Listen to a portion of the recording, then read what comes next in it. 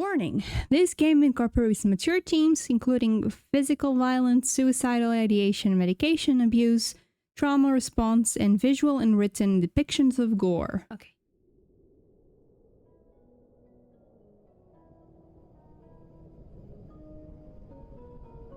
Oh, Jesus.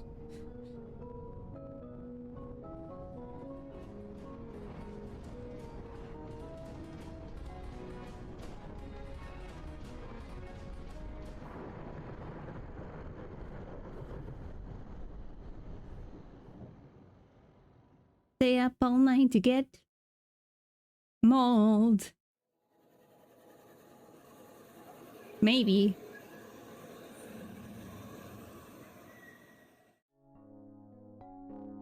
It was a long drive, but we made it. You feeling okay, sweetie?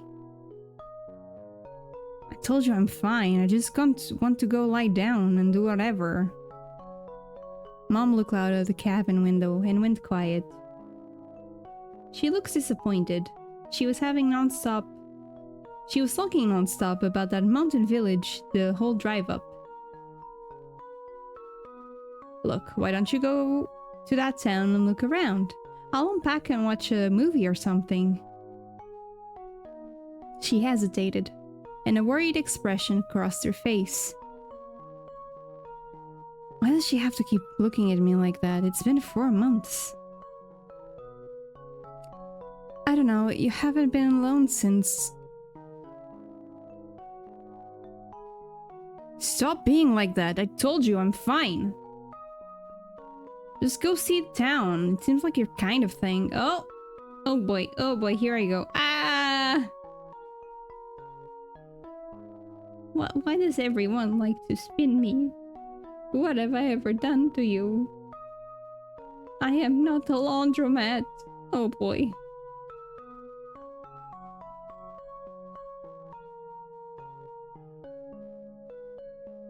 But Nick... Thank you for head pat, thank you. I'm fine, I just want to be alone. Hey Spookums! Why does she have to be like that? I'm tired of all the pity. She hesitated, then sighed, the worry shifting to resignation. Take care, Siska. If you're sure. We're only here for a week. Go have a good time. After we unloaded our luggage, I ushered her out the door. She waved at me before driving back down the road. Good. Now I can finally be alone. Like I wanted. I put my stuff away and spent a few hours playing games on my phone. No self-service though. This sucks. It's not like there's anyone I would want to call anyway. It was starting to get late and my mom hadn't come back. She called a few hours ago on that cabin phone. Just had to tell me all about the crummy little stores in town. Probably got distracted with all the shopping. Shit, it's getting pretty loud out there. I pulled the curtain aside. A snowstorm? Crap. I hope she wasn't driving back when this hit.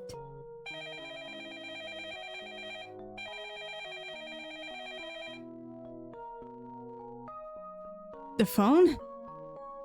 I picked up the receiver. Nick, I'm so sorry. She sounds upset. It's something... What's wrong? Are you hurt? What? No, I was still in town looking around when this huge snowstorm hit. There's an officer here saying the roads are closed, probably until at least tomorrow night. I'm going to have to stay over at the motel tonight. Pretty silly that I left my luggage at the cabin, huh? She laughed, but there was definitely a panic edge to it. Jeez, you made it sound like you were dying when you called. Look, just get some rest. I'll see you in the morning. My heart was pounding up near the back of my throat. At least she isn't hurt. I can deal with sleeping alone for the night. I just wished she didn't worry so much. All I I could think was of her rushing into my hospital room 4 months ago. I never wanted to see her like that again. Really, I'll be fine. Will you really be okay for a whole night? I told you already, I can handle it. I'm 18. I've graduated. I'm not a little kid or anything. Just don't drive off until the road is safe. My voice cracked a little. Crap. I have to keep it together. If she does something stupid and gets hurt rushing back because of me. Okay, I'll wait until it's safe. I'm so sorry, honey. You're stuck out there alone after I talked you into coming up here. I never should have taken you on such a long drive. I slammed my fist down on the table right next to the phone. Nick? Sorry, I just tripped over the chair. I wasn't paying attention. Okay. Just remember, the medication is in the suitcase if you need... Double line went dead. Mom? You there? Shit. Great, she probably thinks I hung up on her. I tried to call back. Nothing. No diatone, no static. Nothing. Well, isn't this going to be a great trip? The next few hours passed more fitfully than the first few had. Why did she have to pick such a crappy cabin? The phone doesn't even work now. And the way it just went dead. I couldn't call for help that day either. Ooh. My cell phone was laying on the rocky ground in shattered pieces, reduced to a useless hunk of plastic and glass. I tried to use it anyway, but the screen wouldn't even turn on. Calm down, it's just a storm that knocked the pole down or something. I should just be glad that the power is on. I just jinxed it. I just jinxed it. Anyway, this isn't anything like that. I'm not opening that door.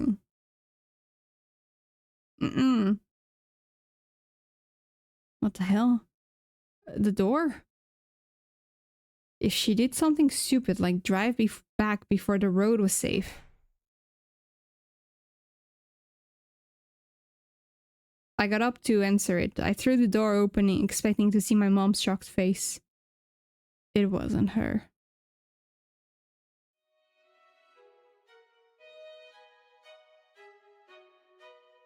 And they were gay. Right? Right? Some guy around my age was standing there, his fist raised up in front of my face, like he was about to knock again. This is not how you dress to go in the snow, buddy pal. His eyes went a little wide and he lowered his arm to his side. Oh man, this is super awkward. Apologies if I woke you. I was just checking up on all the guests. You would be... Oh, I'm Nick. Who are you? He extended his hand toward me. Apologies again. I asked your name and didn't give mine. I'm Felix. The cat?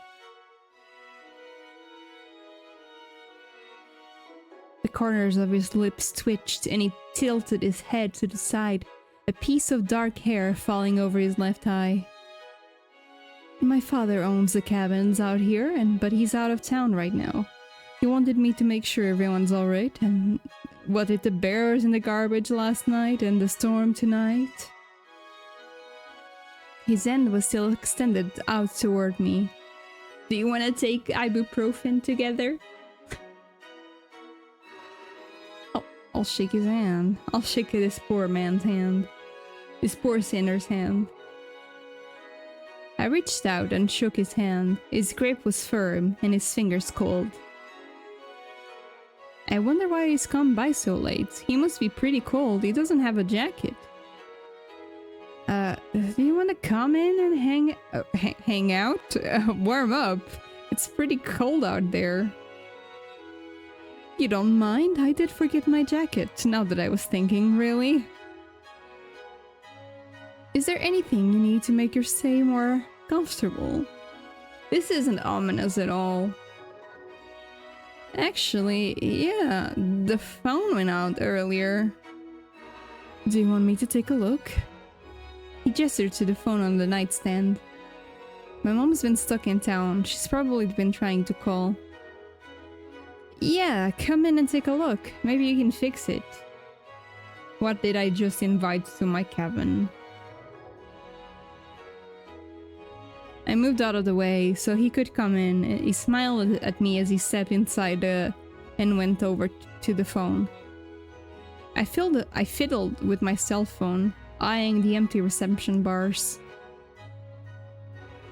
Well, at least I downloaded a couple of offline games so I could have something to do to pass the time. I wish there was reception up here. It's weird having to use one of these old phones. The price of isolation, I suppose.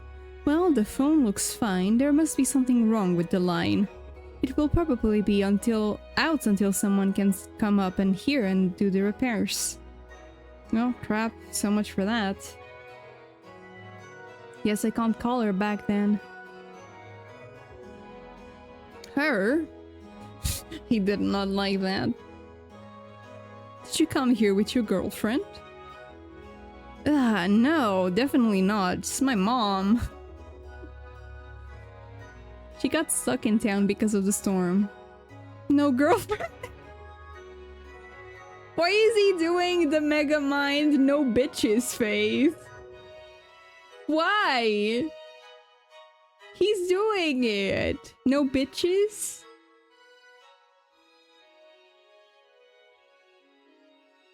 And he got closer, like no bitches?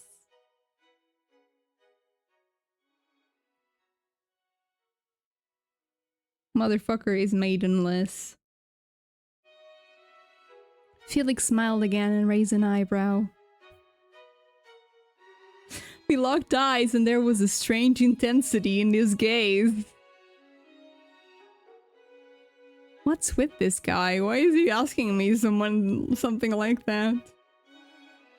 No, I don't.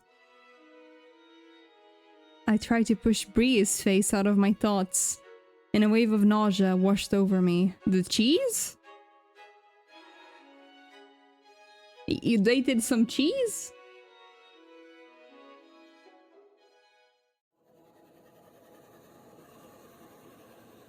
No, I never actually asked her out. She was never my girlfriend.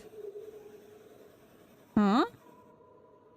Brakes shrieked and went silent as the wheels lost traction and left the road. We were tumbling down the embankment, everything spinning in slow motion. Bree was there somewhere. The back? Tyler was up front. I think Bree might have been screaming, but the blood was pounding so loudly in my ears. Wrong? Everything is wrong. Everything's been wrong since... I felt an arm slipped around my waist. Bree? No. No, she was in the back seat. There were hands on my shoulders now, shaking me back and forth. I could hear someone calling from a distance. Nick, what's wrong? My eyes slid back into focus, and I found myself sitting on a couch. Shit, I had a flashback. I thought I was over those. I was covered in cold sweat and bile was rising in the back of my throat. My leg was throbbing and my neck ached. No, don't think about it. I'm fine. It's going to be fine. Nothing. Just tired. Long drive, you know? Must have fallen asleep on my feet or something. I rubbed at my leg and winced before feigning a yawn. Yes, anyone would be tired after a drive like that. I'll call a technician once the road is cleared. I stood up, and almost immediately the dizziness hit again. Felix opened the front door. Please leave. I think I might pass out. Or maybe have another one of those. Thanks. I don't need this guy to watch that again. Sucks he couldn't fix it, but thanks for trying. Felix turned toward me and gave me a shallow bow, finishing off with a twirl on his hand. His eyes met mine again. It really feels like he's looking into the back of my skull. I shivered, the cold wind blowing over me from the open door. It was good to meet you, Nick. It's lonely up here. Perhaps we can spend more time together once you've settled in. There's something interesting about you. Listen, as someone who was the great guest at a cabin as well, I do not do the twirls and bows and the... Maybe I should do that. Maybe my cousin would get better reviews if I do some twirls. Even though the reviews are pretty good anyway. Maybe I should be mysterious and look back at the guest's skull and twirl around. I, for one, would be terrified. I'd be like, okay, yeah, and actually I'm gonna stay in a hotel as a normal person. I'm just gonna stay in a hotel. Without waiting for my reply, he slipped out into the moonlit night. In the distance, the thunder of the storm still echoed. It's pretty late now. Maybe I should just watch TV on this old set. There's even a tape player built into it. Who the hell has videotapes anymore? Are we gonna watch The Ring? These cabins need some serious upgrades.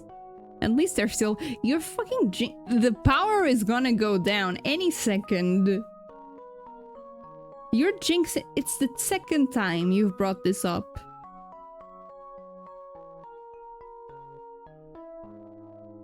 When I turned on the TV, some old horror movie was playing. There was a woman screaming, covered in blood, and she ran through a dark tunnel. Something was creeping behind her, claws dragging along a stone cavern as it tracked her down. Yeah, no thanks.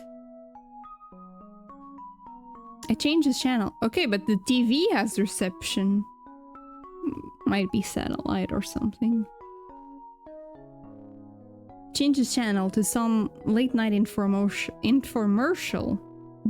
That's a weird word. I never had said infomercial. Out loud?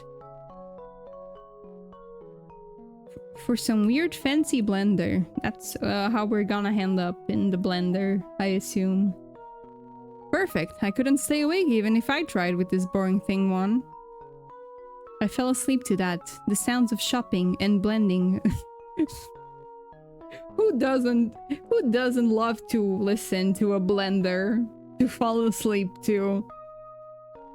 Who needs ASMR when you have your protein juice on the side blending in the... It's very soothing. Very soothing.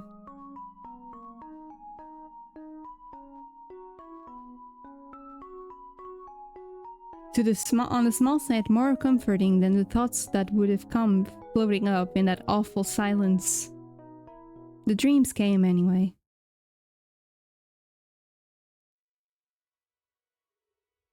No, I need to get out of here. I was rolling, my body snapping from side to side as the car crunched down the embankment. Why is this always the start of the dream? It wasn't the start of that night. I could hear the brakes squeal when I slammed them down. Then their scream went silent when the tires lost the road. Yeah, that's what happened first. Except I'm still rolling right now. That's not right. Hatsune Miku, rolling girl.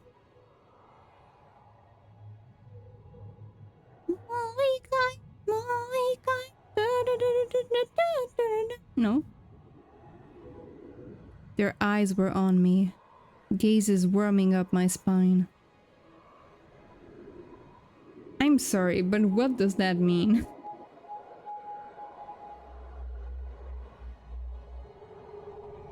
You know what, I'm not gonna question it. It does paint a picture. It does paint a picture. Bree is behind me. Tyler's in the front passenger seat. Don't look. Don't look. So we were in a van of some sort. To still have, like, people behind us. Instead, I stared fixedly at the bloody crimson rivulets dripping down the dash. There were strips of flesh and torn hair pinched in the starburst arc in the windshield where Tyler's head had hit. Why did you do it? I didn't mean to. Why weren't you looking? Oh, I was driving. I'm sorry. Look at me now. I can't. Why didn't you die?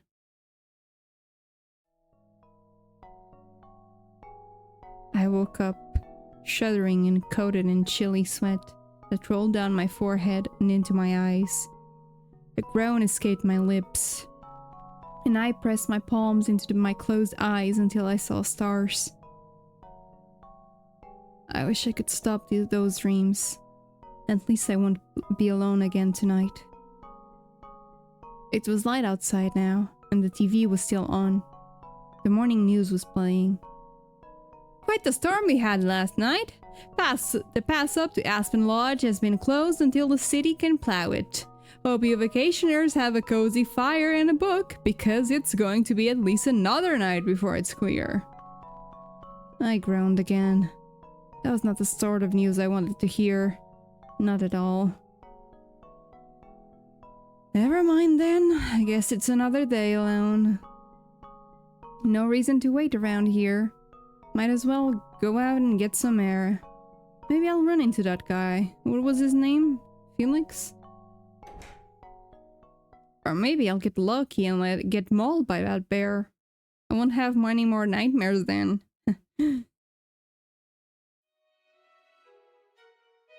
I opened the door to leave and nearly walked into Felix, who was just standing outside. What the? It was snowing lightly. The sky still overcast from last night's storm.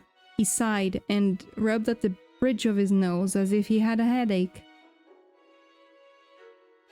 I wanted to apologize for last night. I can be a little... oh, I don't know, intense?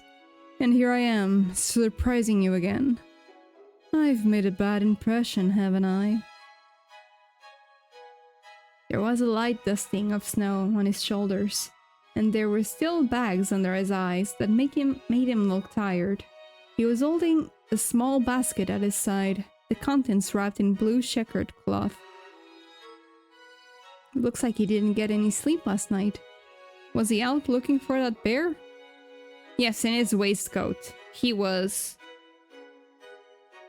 It's fine. Don't worry about it. Most people who come up here are either retired or parents with young kids. Needless to say, they aren't great for conversations that hold my interest. I may have gotten a bit carried away with my introduction. It was simply refreshing to meet someone like you. I told you, it's fine. I mean, I'm not exactly normal myself. Yes, true. You seem like someone who understands isolation. Yeah, I guess.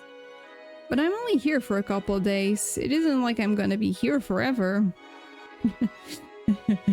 About that, Nick, I think there's a sequel, so you might be alright.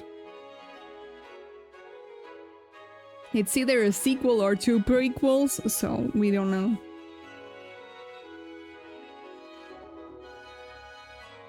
Well, of course, I'm not a fool, Nick. I was thinking I should come over tonight. Wink wink. I would like to get to know you better. I would regret it if our time was defined by one single strange meeting.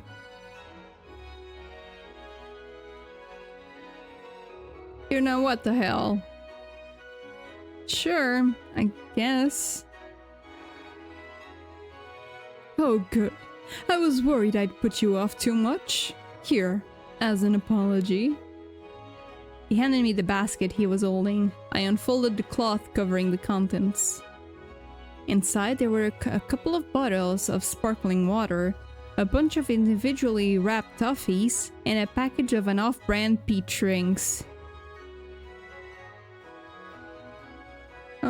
The guest shop is a little low on selections for this sort of thing. But, just a little something to apologize about the phone. See you tonight, then. Yeah, see you tonight, I guess. It's kinda weird, but I guess it's better than being stuck alone for another night. I'll see you then. Maybe I'll bring a movie. Unless you have a suggestion. Well, I'm kinda stuck up here, so no suggestions. Unless you have a way to get wireless internet I don't know about. No, unfortunately it's rather expensive. The phone lines took quite a while to get hooked up and, well, you know how reliable those are. Yeah, I guess that's too much to ask for. Anyway, guess I'll see you tonight. I'm sure whatever you end up bringing will be better than infomercials and phone games. Well, I may end up disappointing you. I don't have any things like that. Don't you live up here? What the heck do you do? Oh, mostly working. I read at times. I also go for walks fairly often. I mean, with a lovely landscape like this, how could I resist? Anyway, see you tonight. Have fun exploring. With a wave, he turned to leave. I guess I really would be alone for the day unless... Hey, you wouldn't want to come with me, would you? Where?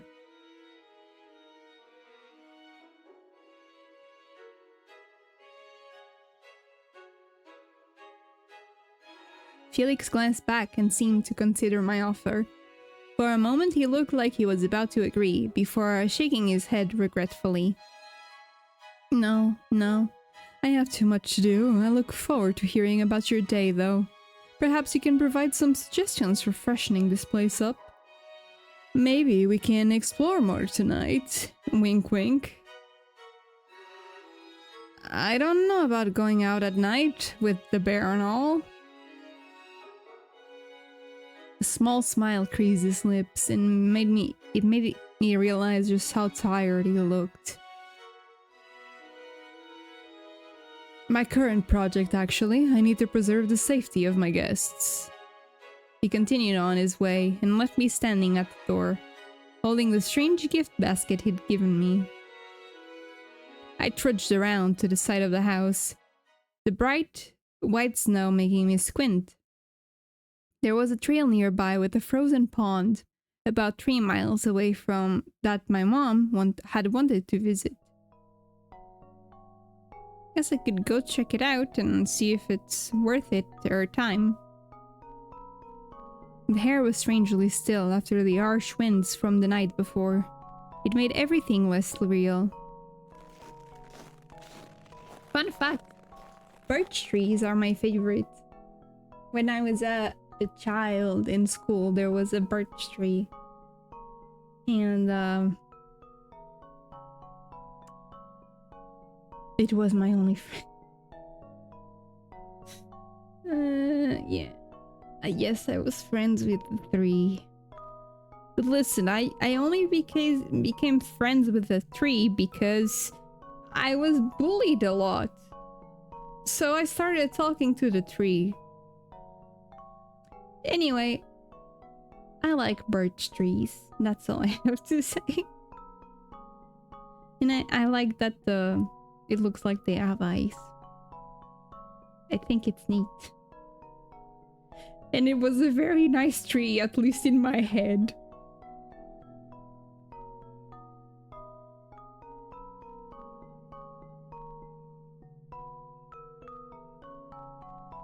The trees are actually pretty beautiful out here. The bark is almost as white as the snow. It kind of looks like some sort of fantasy show or something. Then I saw it. A blossom of red among the endless white. The smear was so crimson bright that it gleamed like a beacon. I couldn't look away. What is it? A person? After I got closer, I could see 3 hooves poking out of the layer of fresh snow. A deer? Maybe? Why the hell did I think it was a person? Maybe there really is a bear out here. Oh, gross! What the hell is that? What the... The herds? The words cut through the silence and made me jump. A girl? She was staring at the deer corpse. Her expression somewhere caught between disgust and fascination. Why are you wearing shorts? Ma'am! Okay, why are you wearing shorts? That other twink is out in his waistcoat. You're wearing shorts.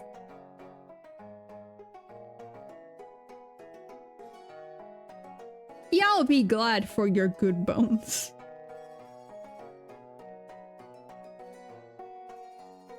You scared me. I didn't hear you come up. What are you doing out here? The girl gave me an annoyed look. Going for a walk? Looks like you were doing the same thing. Or were you looking for dead stuff? That'd be pretty weird. Yes, I was looking for dead stuff.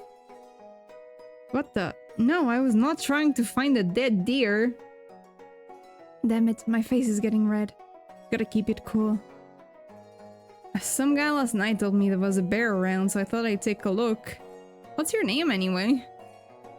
Oh, name's Grayson. And man, that sounds like something fun. A real life bear, huh? He ate that critter pretty damn good too, didn't he? Yeah, I guess. Ripping something guts open is, good? I'm Nick, by the way. I cleared my throat. So, you on vacation around here too? Guess you could say that. If being stuck in the middle of nothing for 3 years counts as a vacation, you wanna look at that deer now? Sure, might as well. Nothing else to do up here anyway, right? I found myself grinning, which is weird, since I was standing over a deer corpse. You're right about that. What you wanna look at for? Nothing! I don't want to look at the deer corpse! No thank you! I've done enough animal autopsies in my time.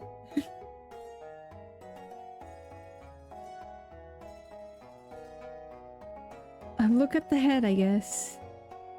The neck looked like as if it had been crushed between a set of powerful jaws. Ugh. I still can't believe that you guys drove all the way out here just to pick me up. Don't look at me. He's the one that wanted to get you. Well, I mean, I invited you to the party, so I figured, you know. Are you blushing? Shut up. Ah, you're super red, man. They were both laughing and I felt my cheeks burning. Oh, Nick. I told you to shut up. No, the road! Shit! A shadow had darted out from the side of the road.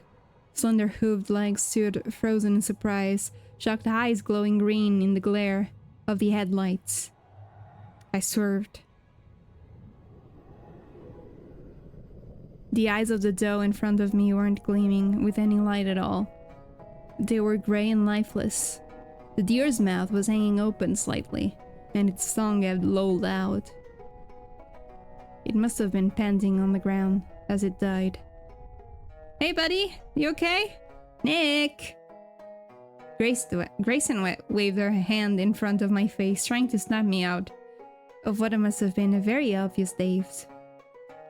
Sorry, I was thinking about something. Not a problem, don't worry about it. Pretty freaky how something crushed its neck, huh? Some guy said there was a bear? Yes, some guy came by last night and said something about a bear getting into the garbage. Guess it got more than that. I gestured grimly at the dead deer. You're in the cabins? Yeah, just over there. I pointed back toward the tip of a cabin roof, still visible in the distance. Grayson nodded and peered over at the deer, her eyebrows furrowed in thought. I could see more on the red under a lighter coating of snow that covered the deer's torso. It must have been killed after the heaviest part of the storm had passed, or it would have been more buried. I brushed the snow away. There was a deep frozen pool of blood under the deer's exposed stomach. Viscera and organs trailed out into that congealed blood. The blood had overflowed into a second, more shallow indentation on the ground. Ugh! Looks like a big paw, frozen in blood. Aren't bear paws pretty wide? Looks like more like a giant dog. Ooh, werewolves? Nah, it's way too big to be a dog. Gotta be a bear. Poor thing. I wonder if it was still alive when its guts were ripped out. Well, lunch would just sound like the life of a party. I don't go to parties anymore. She rolled her eyes, her hands placed firmly on her hips. Wait to be a downer. I ignored her and bent down again to look at the body. That's it. I know she's curious, but this is making me feel sick. Hey, I think I've had enough of this. Why don't we go do something else? Sure, why not? What you want to do? What should we do? Maybe I should invite her back to my cabin. No, wait, that's super weird. I just freaking met her. Grayson wandered off what I was thinking, then perked up and called back to me. Oh, look! More prints! Wanna follow him and see what the bear got up to? Not really. What if there's another dead animal? Oh, you know, the bear coming at us? You know.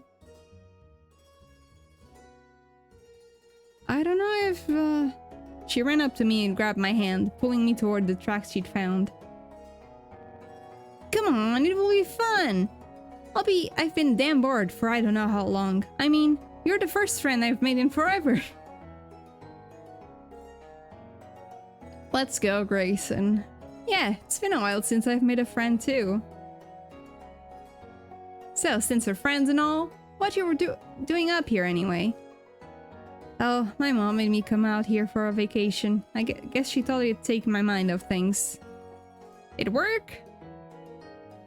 Unless constantly remembering the worst night of your life was her goal. No, not exactly. What about you? We trudged after the animal tracks while we talked, our breath misting in the chill hair. I've been up here for near 3 years now.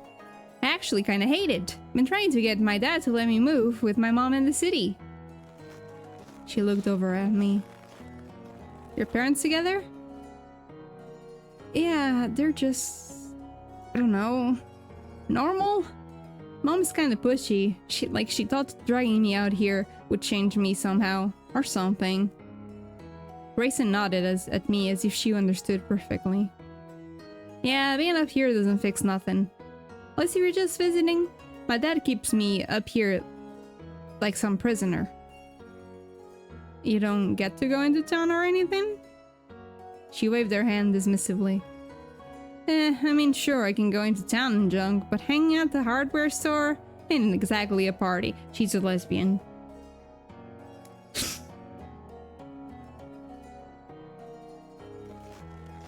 ain't got school up here neither. So I just did the homeschooling thing. Graduated last June.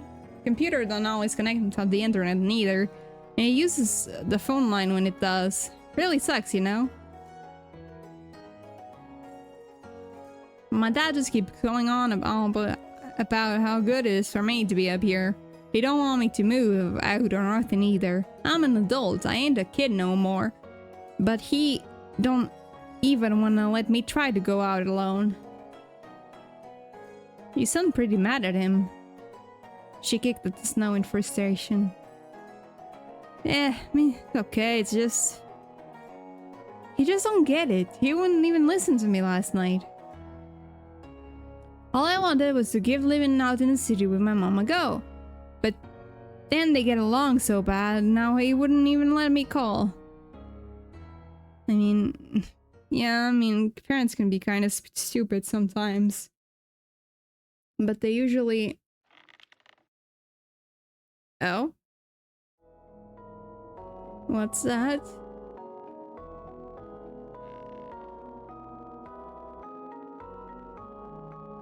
It's coming from over there. There was a bend in the trail, the source of the sound obscured by the trees. I could see the paw prints going off into the brush in the same direction. We don't have to go over there. But Grayson was already ahead of me. I saw her clear the bend and freeze, staring off at something I couldn't see yet. She raised her hands up to her mouth, her eyes wide and head shaking back and forth. I don't want to know what this is. But I was walking closer anyway. I had to see what she was seeing.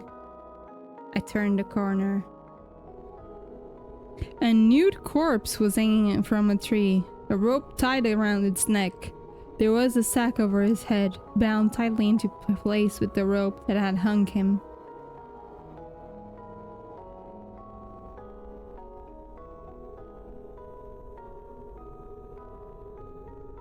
His intestines were hanging out of his sliced-open stomach, dangling almost to the ground. One of his legs was completely missing. Curly?!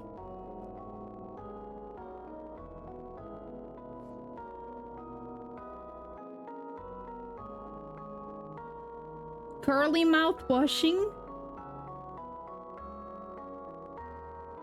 This can't be real. It can't.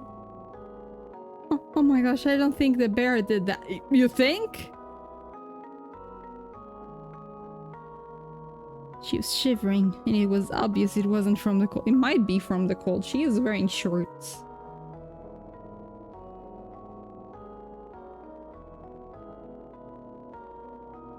You should go tell, I don't know, someone. Who? The road's been closed and all the phones are out. My dad didn't come home this morning neither, so he must be stuck in town. Wait, all the phones are out? I thought it was just mine. I hate to say it, but if you can't get the police up here, I think we need to, record this.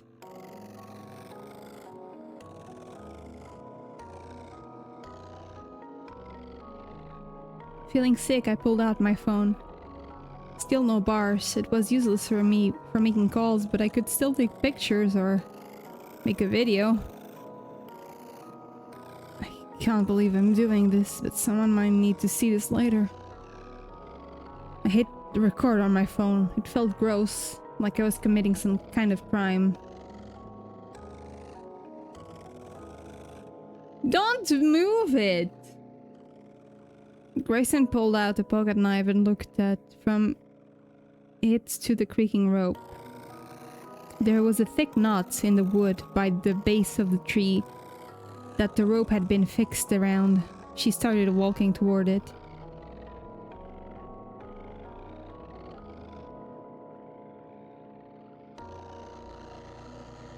Stop her!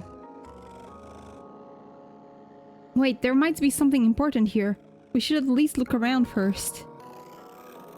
She didn't look happy, but nodded in agreement, then stepped back again. Examined the ground. Why don't we check out the ground? Grayson seemed more than eager to stop looking at the body.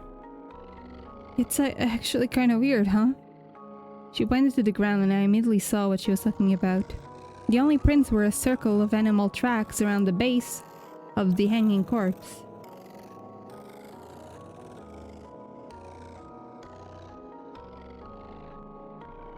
There was blood speckled in the snow below, but not nearly enough for a disemboweled man. No footprints. But who hung the body then? And no drag marks either?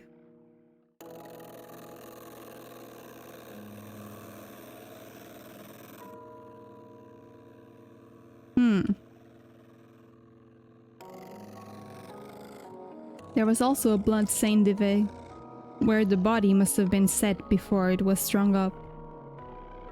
Why the hell aren't there any other prints? Maybe he was hung before the snowstorm? I looked up toward the corpse, shuddering.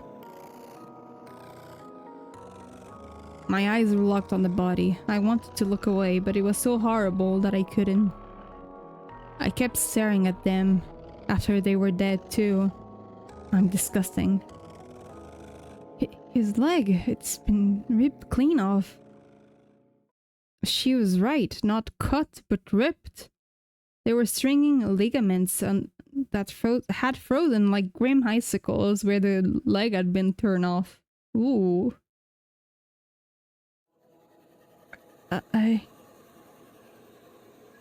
Even though it was night, the ground was still warm from the summer sun. Bree, are you okay? My vision was blurry. Something kept dripping in my eyes. I tried to brush it away, but it was sticky.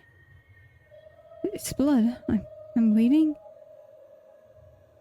I tried to stand up, but a shooting pain arsed up my leg, and I toppled to the ground again. I think it's broken. I reached out, groping. There was something laying there, a green shape in the darkness calling out to me like a beacon. Bree was wearing a green dress. I pulled myself closer. There was definitely the shape of a person in the shadows.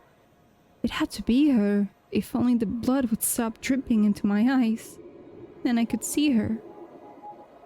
I reached out toward the shape and my hand brushed against something. Fingers? Bree? I grabbed the hand in front of me, but it was limp. No. Maybe if I pulled her over, I can see if she's still...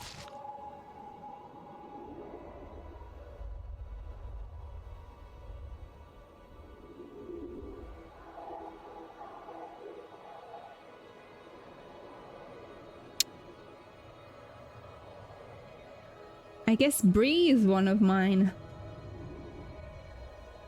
I tried to pull her close. There was a wet popping sound, and the arm came free of the motionless body in front of me. It slid effortlessly into my arms. No, Bree!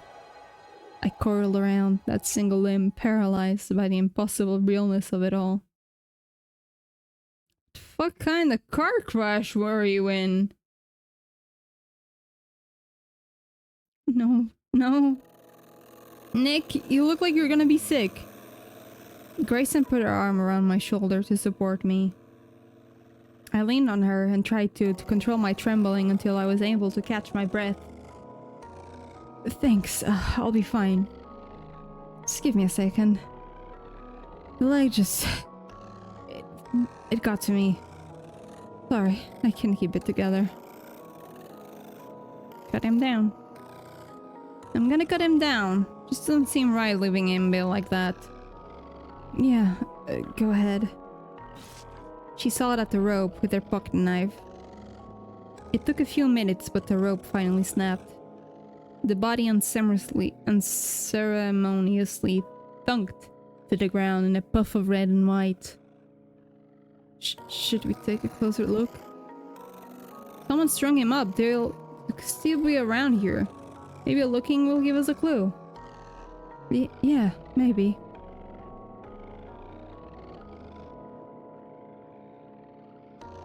Look at his hands.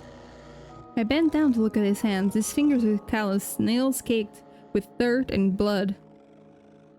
Some of them were cracked around his thumbnail and had been peeled completely backwards.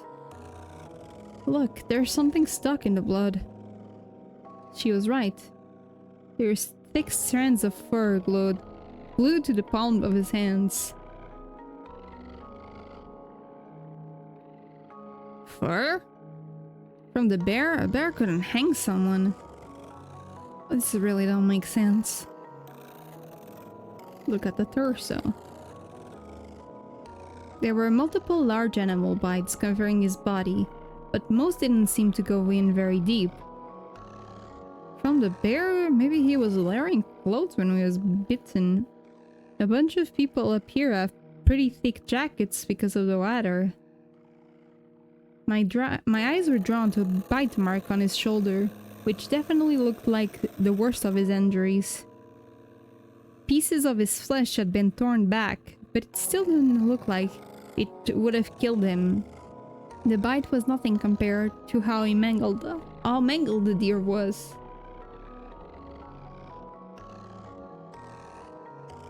The sack around his neck was partially covering up the shoulder wound. Whatever bit him had huge jaws. And he got him before that bag was put around his head. Nick, I don't know if I want to see under there. I really have no other choice.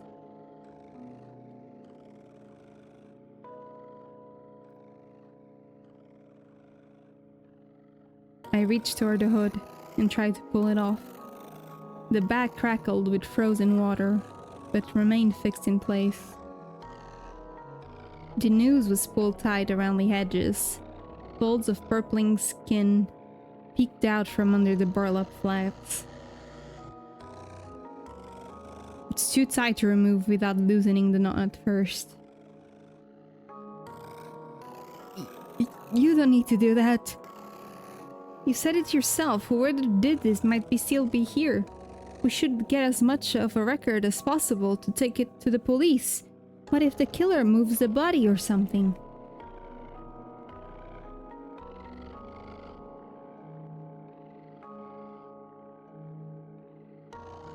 I handed her my phone, which is still recording the video. I pulled at the knot and managed to get it to slide up enough just to slip the bag out of the man's head. I turned to Grayson. Ready? She nodded, looking ill but determined, and focused the recording phone on the dead man's head. Do it. The bag slid off the man's head. At first I couldn't even comprehend what I was seeing. What? Hair? The back of his head? But he's... I can see his chest. The body is... I almost threw up when I realized what I was seeing.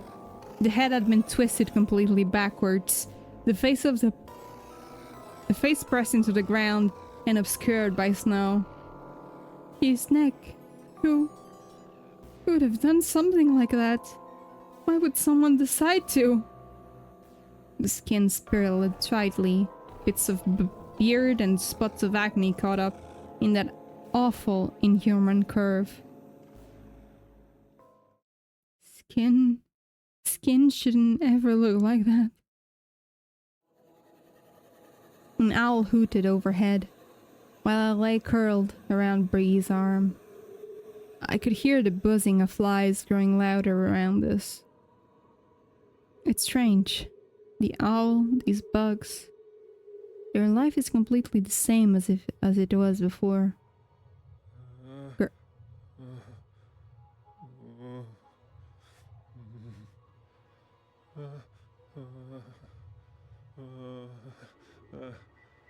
A gurgling moan cut through the air. It wasn't coming from the still body in front of me. It was over in the shadows on my right. Tyler? Hang on, Tyler. I'm coming, please. I tried to stand again, My broken leg wouldn't hold me, and I fell to the ground for a second time. I dragged myself over toward the noise. My vision was clearer now. The blood on my forehead congealed and ropey now that it was clotting. I could see something jerking in the shadows now. The shape would spasm and jitter for a few moments and then go absolutely still. Oh no! Oh no, no, no, no, no! I screamed, "Is it your dad?"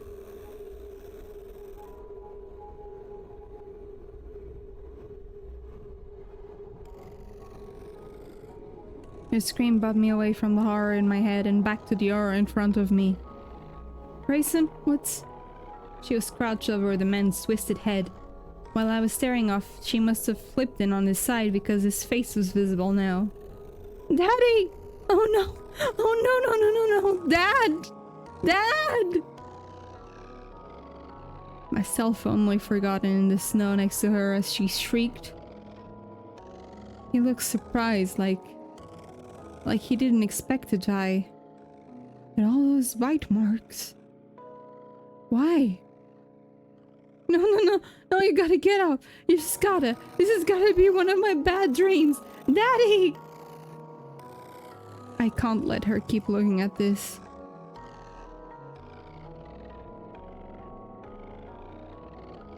I went over and crouched next to her. My mouth was so dry it was hard to swallow. Grayson? Grayson, we need to go. You shouldn't look at this. I picked up my phone and stopped the video that I was recording. Grayson turned toward me, face streaked with tears. It's real, isn't it? It's real. I'm really here? I nodded and she swallowed.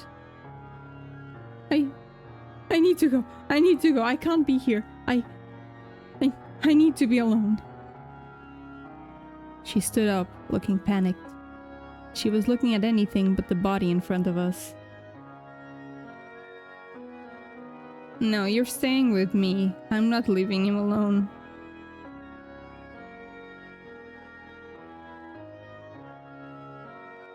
You shouldn't be alone right now. Come back to my cabin. We can wait for my mom, then go get the police. What the hell do you know about what I should be doing? She was close to hysterical. Not that I could blame her. Her father's dead eyes were staring blankly toward us. I shuddered. Just trust me. You think being alone is what you want? But it isn't. My voice cracked. Please, just listen to me. Please don't make me say it. I know what I want, Nick. I know. You don't know nothing about this. This... She clutched at her chest, and I knew exactly how her heart was breaking into pieces.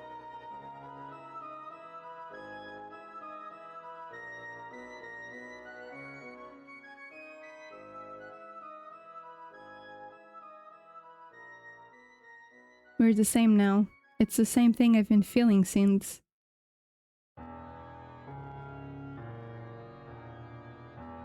I'm gonna tell her. This past summer, I watched my best friends die. I whispered the words so softly they were almost lost in the breeze. Grayson still heard them though. As she went quiet, her eyes going wide. It was a car accident. It wasn't. I looked up and she stepped back at the expression on my face. The way they look, it was wrong. Her arm was... His head was... What I'm trying to say is... After what happened... After it happened, I thought I wanted to be alone. But every time I am... It's worse, Grayson. It's so much worse. You don't want to be alone. Not really.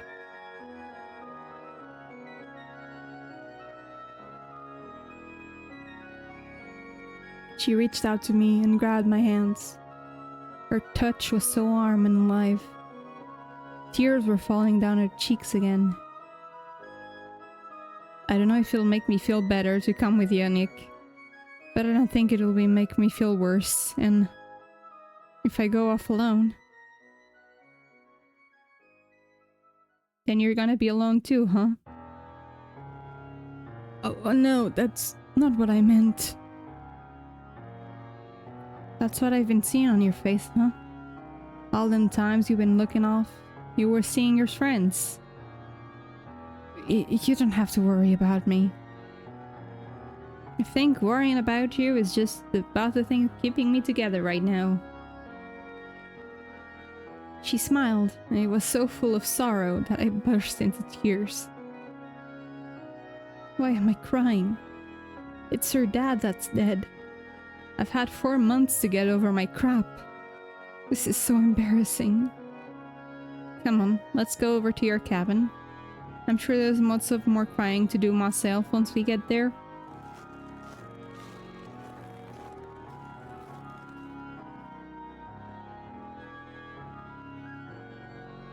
We walked back in silence. Occasionally one of us would take a shuddering breath, and we would lean into one another. She broke down twice, and each time I stood up there and let her sob into my shoulder. I better make sure we avoid that deer. Neither of us need to see any more corpses right now. We got back to the cabin, the lights were still on. I left the TV on in the bedroom, and it was playing a talk show rerun. I'm glad I forgot to turn everything off. I don't know if I could handle being quiet in here.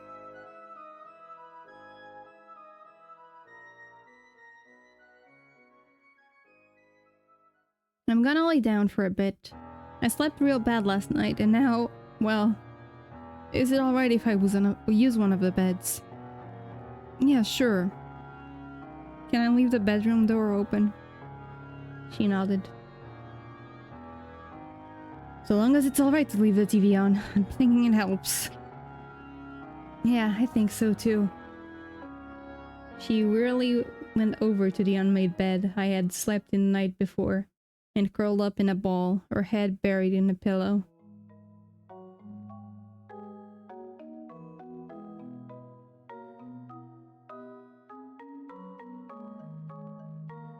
I pulled out my phone and saw the video app was still open. I closed it out and pulled up a cheery-looking bubble matching game. Perfect, I can just zone out and try not to think.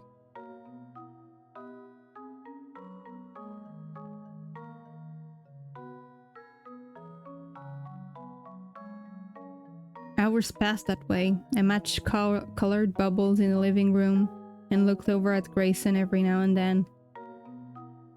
She'd fallen asleep in a way that only a person consumed by grief could. It was a sleep that was both restless and deep, like being drowned at the bottom of a black sea. The sun was setting now. There was no sign of Mom. The road still must be closed, like the news had forecast earlier. I jumped at the sound and looked over at Grayson. She was still asleep. I went over and closed the bedroom door so I wouldn't wake her.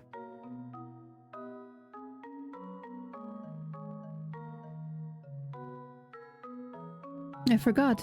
Felix said he was coming tonight. Maybe he can help.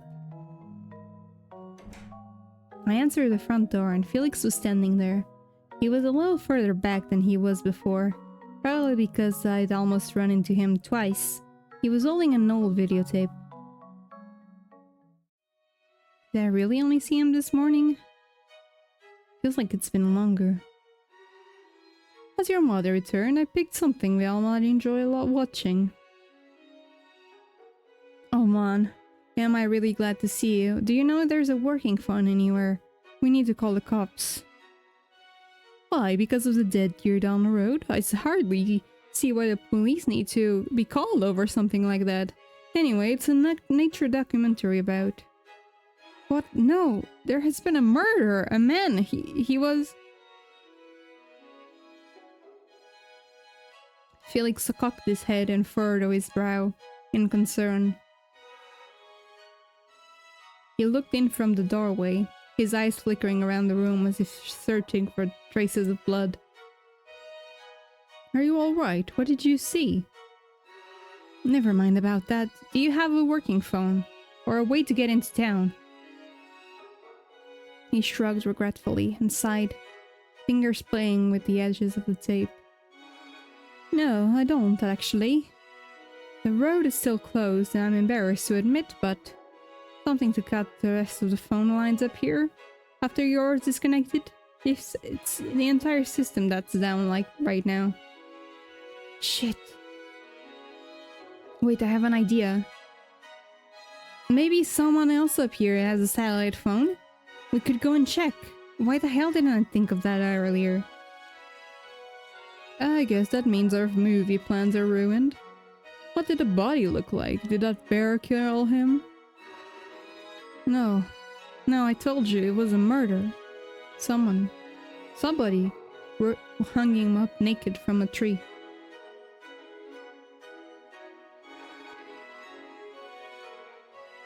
And I was discussing enough to record it. Grayson's dad, I made a video of her dad swinging there in the hood and... Felix pulled my gaze to my phone and seemed to realize what I meant. You took pictures. His voice was quiet and I couldn't tell if it was more of a question or an accusation. Video, actually. I recorded it. May I come in and watch it? Maybe I can assist. I really think we should just go and see if someone has a satellite phone. Nick, I know you're in a panic, but think. Any of those tenants could be your murderer. Maybe I'll be able to see something you missed. I should look at the video before we go. I don't know if I should trust him.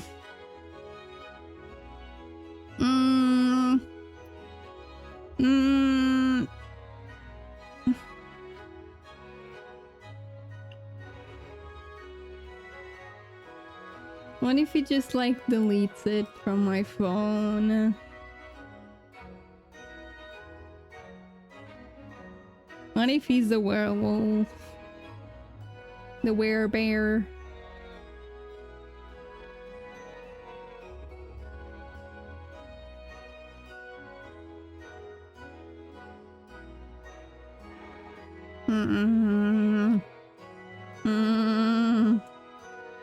Do I have... Okay, I guess we're showing him the video.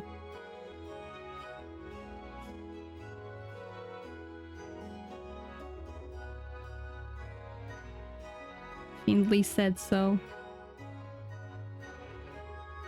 Yeah, you're right. You should come in and see it. Felix stepped inside and went to sit on the couch. He leaned forward expectantly, slender arms propped on elegantly crossed legs. I pulled up the video and handed him my phone.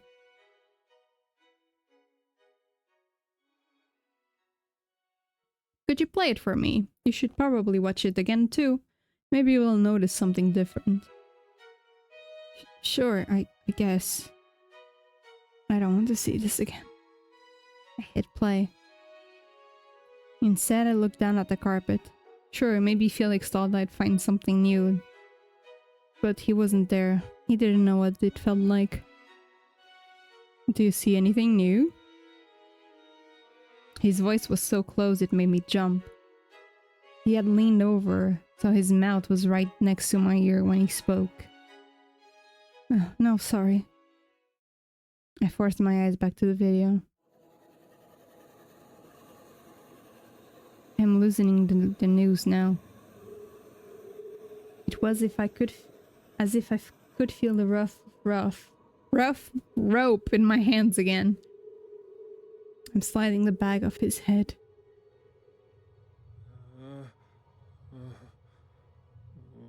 Tyler was still gurgling and twitching. Every time I thought he was dead, he would move again, spasming and moaning. I looked then at my bloody hands, and up to Tyler's deformed face. This is my fault. I can at least do this. A car drove above me, but we had rolled too far down in the embankment and into a copse of trees. We weren't visible from the road. I yelled anyway. Down here! Help! Nothing. Again. I've been yelling on and off for the past 10 minutes. Beside me, Tyler groaned. I'm going to do it. I can't watch this anymore. Not when he's going to die before anyone he comes. Lifting my shaking hands, I pinched Tyler's nose shut then and placed my palm over his mouth. It won't take much. He's already gonna die. Just suffering. I'm sorry, man. I'm so fucking sorry. Nobody's gonna come. You're dying. I fucked up. That's all I can do.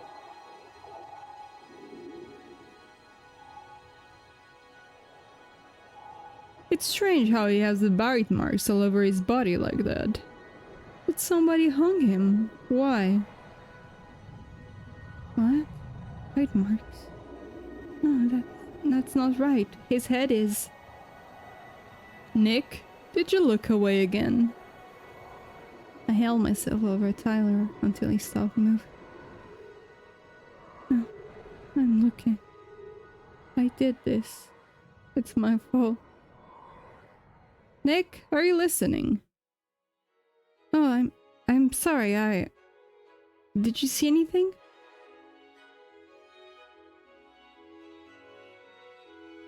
Well, I can tell you that the man is Mr. Nash, caretaker of this property. My father hired him about 3 years ago. Shame, really. He stared off at the wall, shaking his head in disbelief. He worked for you, then Grayson. Oh, his daughter. Yes, I know her. She was the one screaming on that video, wasn't she? I picked at the couch cushion, not wanting to look up. Yes, that was her.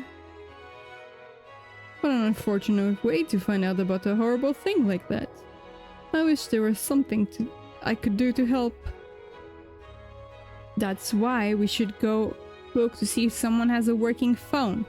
Look, I know someone up here has to be the murderer, but I can't just sit here and wait for the road to clear. I suppose you're right. It might end up being just as dangerous to wait as it would be to ask around. Yeah, hold on. Let me see if Grayson wants to come. He looks surprised. Miss Nash, Grayson is here. Why didn't you tell me? I didn't think it was important? I just watched the girl find her dead father's body and didn't think it was important? Unbelievable. Look, I'm sorry I didn't say it. Just forget it and go, alright? Give me a second. I went to go tell Grayson I was leaving, but she was still so deeply asleep that I didn't want to wake her. She probably won't be able to sleep like that very often anymore. Not with what happened. I better not bother her.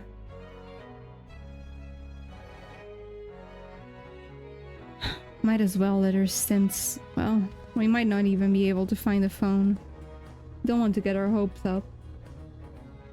Very well, shall we? I'm gonna leave her a note. Sure, just give me a second to leave her a note and then we can go. I scribbled out a quick note and left it in the middle of the small dining table in the front room. Went with Felix to look for a way to call the police. Be back soon, Nick.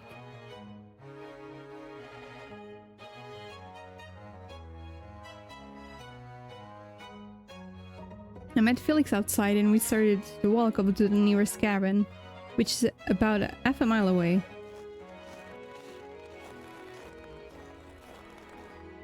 Are you enjoying your stay out here? Besides the body? Terrible. Just terrible. I still can't believe it. Well, it does look nice here. Your dad owns the place. Really don't want to talk about the body anymore. Just have to focus on finding a way to get the police out here. Well, I own this place. Given my age, I find it easier to simply say I'm assisting my father. At times the older guests stay. Well, an 18-year-old boy is not always expected. It's part of why I hired Mr. Nash to assist in day-to-day management. Then he just had to go and get himself killed. I'm going to have trouble hiring anyone new.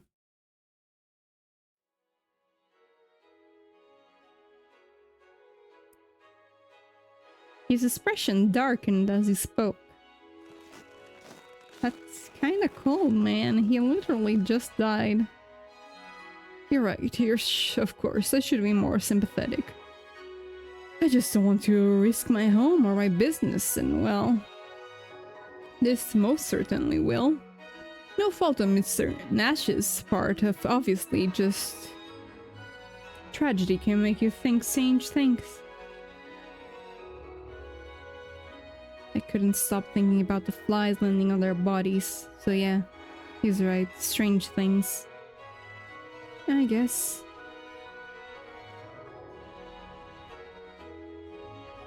This property has been in my family for over a century. We built these cabins, you know. Do you like them? They're very nice.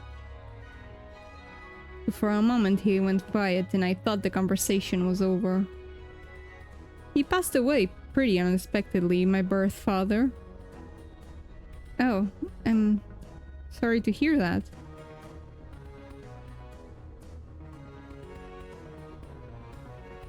He was not the smartest of men. Never really understood what was important. Almost lost everything we had worked for. In a way, it was lucky he died. I inherited his land and my godfather paid off his debt. So it wasn't reclaimed by his creditors. Jeez, oversharing much? So, your godfather gave you this place after your dad died? Does he live around here too? An indiscernible look flickered across his face. He did not give it to me. This place has always been mine, and no, not anymore. Just trying to sound interested in your complicated ownership story. No need to look annoyed. So what about your parents? You like them, do you? He looked at me intently, as if eager to know my response. Yes, like them fine. No arguments, no misunderstandings. They haven't done anything to hurt you. What? No, I mean, sure, sometimes they're annoying, but... My mistake then. What's this guy getting at?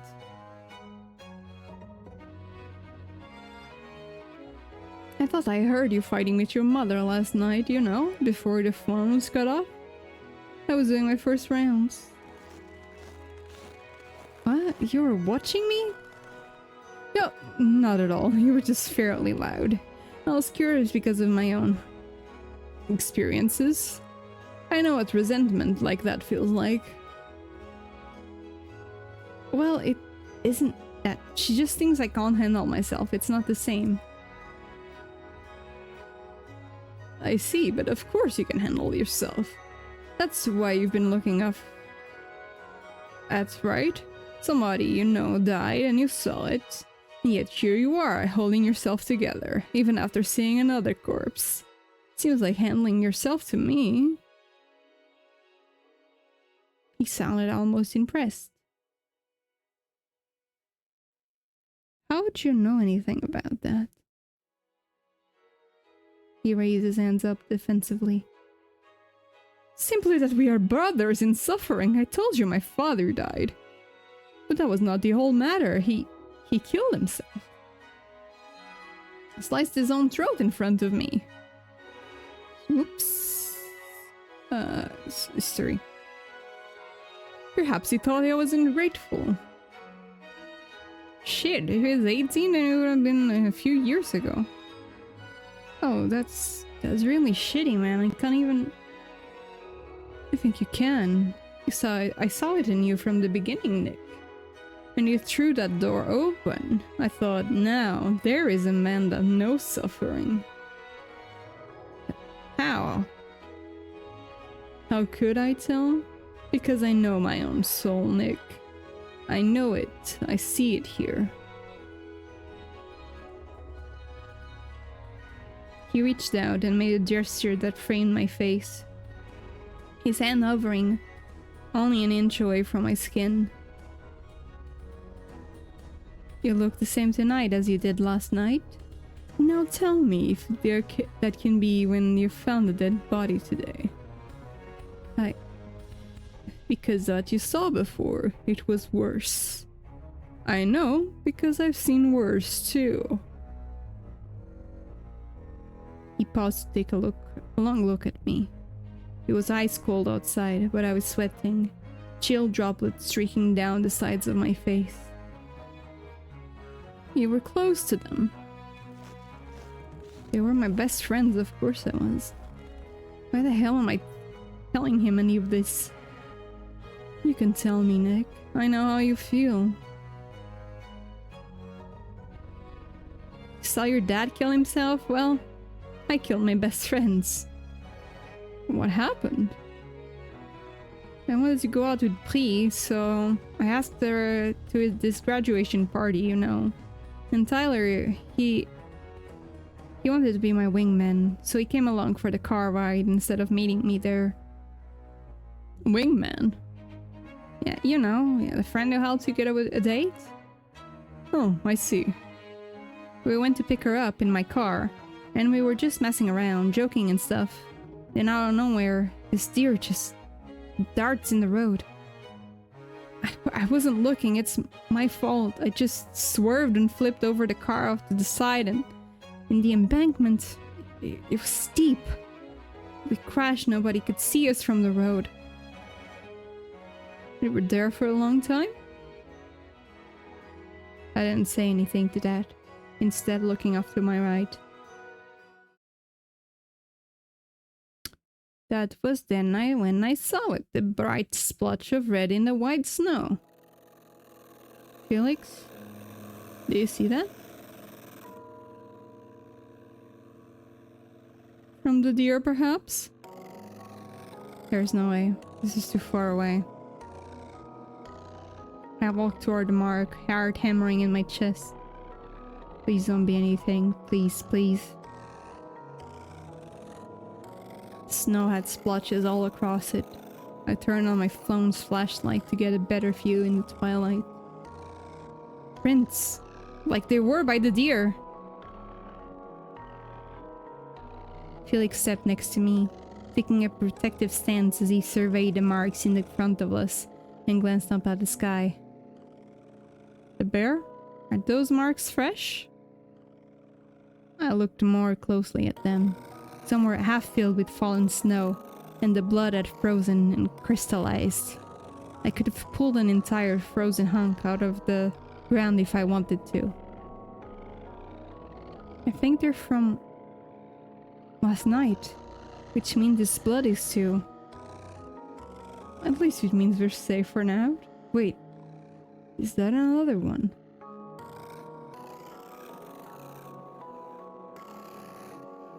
I looked over to where he was pointing. He was right. There was another bloody mark there, and the prints were prowling right toward it. This must be where Grayson's dad was attacked. At least I hope it was. I'm not so sure, Nick. There's also a third one, and the prints... Aren't they moving toward the cabins and not off into the woods? Now that we'd reached the second mark, I could also see the third one, along with the roof of the other cabin over a snowdrift. He's right. Whatever caused this sprint is walking towards that cabin and away from the woods. Felix knelt down next to the closest mark. He picked something up and showed it to me. A shattered piece of bone covered in bite marks. The more I look at this, the more I think, those prints, Nick, does it look like a bear to you? I wouldn't exactly call myself a bear expert. He sighed and turned back toward the cabin. Well, never mind. I suspect we may find more of an answer there. He gestured toward the building, and I felt a shiver run down my spine. The prints and the bloody marks. It's all going that way.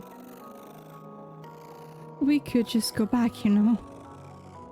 Oh no, I don't think there's any going back now. Besides, I had to check in on my guests. If something has happened, well, I would have had to be the one to report it, wouldn't I? He didn't wait for my answer. He just stood up and walked around the snowdrift that was blocking the cabin from view.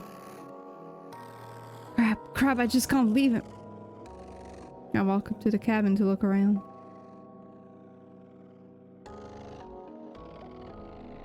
There was an SUV covered in a mound of snow parked in front of the building, and when I got there, Felix was surveying the door from about 5 feet back.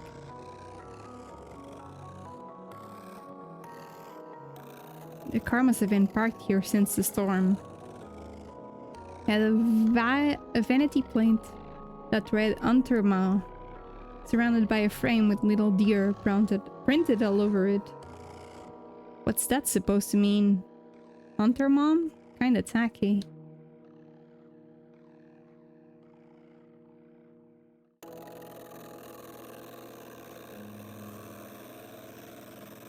The clean prints we had followed here led up to the cabin, but coming out... Oh no. The prints were thick with blood. They were so deeply saturated that there were entire frozen pools in their wake. Huge droplets scattered in the snow between each gory step.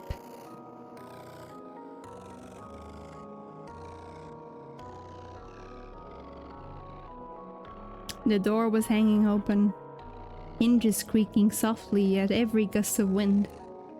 Felix was eyeing it, looking concerned. You don't have to. He pushed on the door, hard enough to send it flying open.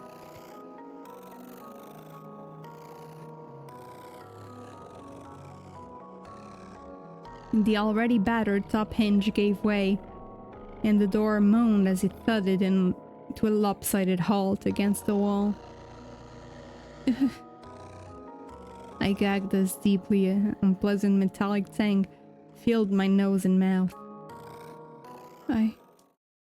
I know the smell.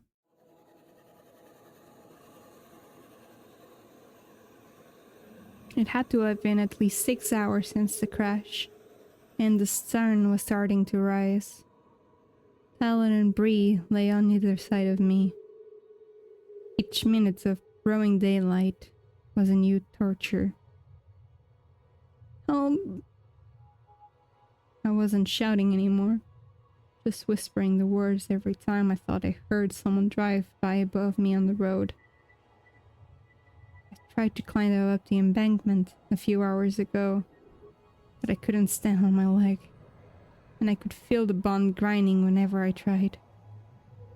It was usually swollen by now, and pulsed unpleasantly every time I took a breath, constricted by my jeans. I'm here much longer. I think there's a utility knife in my glove box. I can get to that. I would have to climb over to Bree to get it. She was lying motionless against the overturned car, her body half crushed under the hood.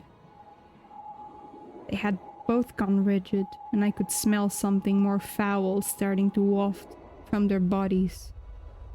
Oh my god. What? Am I hearing things?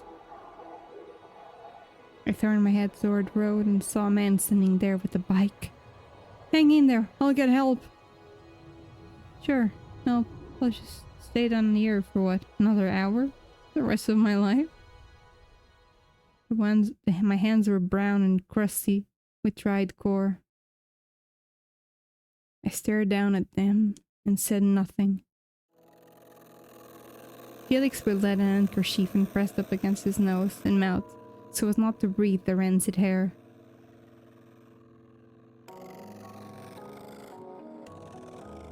Do you have another? I have another one of those. Yes, I do. Here. He produced a second cloth from his pocket and handed it to me. It smelled old and dusty, as if it had been kept in the back of a wooden drawer and never used.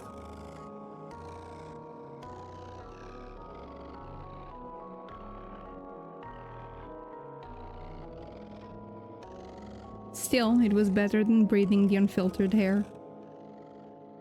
Felix stepped inside and I followed close behind him. Is that a body? It was hard to tell. It had been so mangled. Hunks of flesh were scattered across the floor. I'm glad Grayson isn't here to see this, but she's alone now, and there is more than one body. I don't know who this is. Nobody was renting this cabin out. Alarmed, he swiftly walked over to take a closer look. The whole cabin was in ruins. Blood arched up on the walls, and there were claw marks gouged into everything. I could see an array of pockmarks next to the front door. Something glimmered inside of one of them. I picked at it. Metal? It's pretty mashed up but not bloody. I'm glad my mom has got stuck down the mountain. The only way this could get worse is if she was here.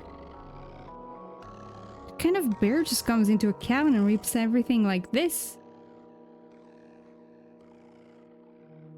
While I appreciate your interest in decor, we have more pressing things to examine. He gestured toward the corpse. Yeah, Felix, I can't imagine why I wouldn't want to look at that right away.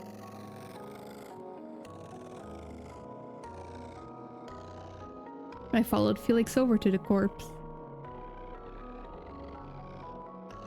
Look at the hands. The hands were the most intact thing about the body. The shotgun lay next to the corpse, one of the rigid fingers wrapped around the trigger. Her nails were painted and they looked perfect, no chips. It's kind of weird, shouldn't there have been more of a struggle? I would have thought it would have messed up the polish. Whoever this was doesn't have any taste! Felix!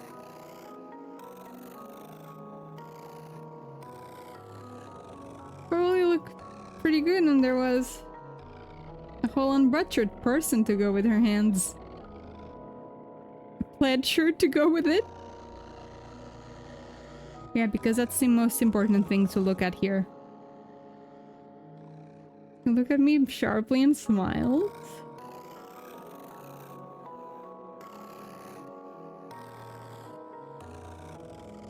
I'm doing it again, aren't I? Whoever this was, they were squatting, and now they're also dead in my very ruined cabin. I know I should be more compassionate, but this place is my life. Look, all I'm saying is there's a gun right here and the person has been ripped apart and you're going on about nail polish. Polish? Polish!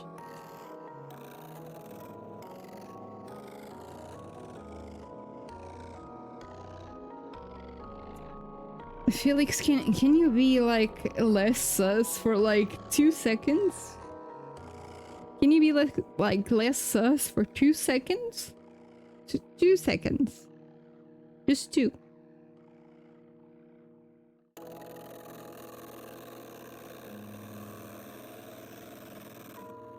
Yeah, okay, you love your cabins and one of them is messed up. Doesn't that change the fact that a gun could be helpful? I reached down to pick up the weapon and the most severed arm came with it. Lovely! The final tendons detaching with the snap. A sucking, squelching noise accompanied its phrase. The finger was still wrapped around the trigger. Because the rigor mortis and cold. You're gonna have to break the finger off the trigger if you want to use it. Yes. This is like Brie. No, I can't. I have to keep it together. There are other people counting on me now. Felix, can you pull that? Felix can't pull that off. He can pull a lot of things off.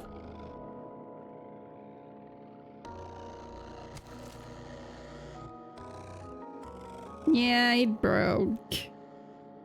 You're welcome. Is a weapon of any use? Oh, I don't know. Maybe it's a gun. Maybe it can protect us from the crazed murderer or a bear or whatever the hell is going on. So, is it loaded? Good point. I don't know. I'm not American.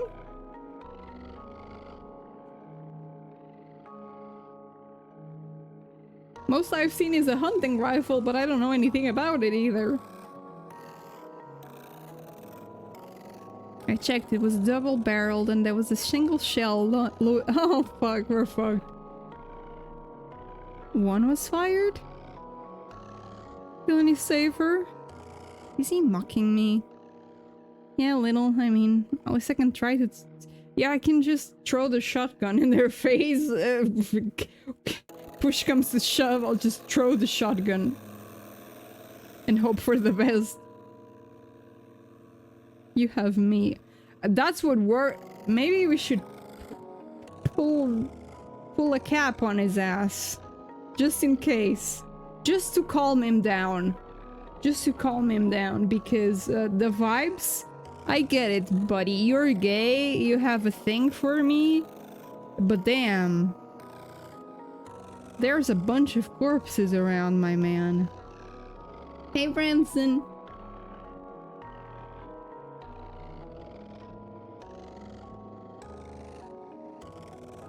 What the heck is that supposed to mean? Is he planning on judging the bear to death? You know, actually, maybe we're onto something. Alright, well, this is just a backup plan. I looked back down at the corpse and could see that there was something in the front pocket of the shirt. The fabric had glued itself to the exposed muscles above the rib cage. Enjoy the kitties, Branson! Thank you for the gift, Robertson. Thank you!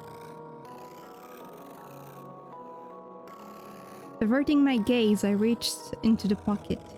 It was sticky with cold blood, but I did find a hard metal cylinder. Second shell! Ah, you came up! Suddenly, I heard a voice call out somewhere outside the cabin, along with the crunching footsteps. Nick, you're here? Nick? Wait, the scar is... and that's blood. I turned toward the door, holding the shotgun loosely in one hand, my bloody fingers clutching the extra shell in the other.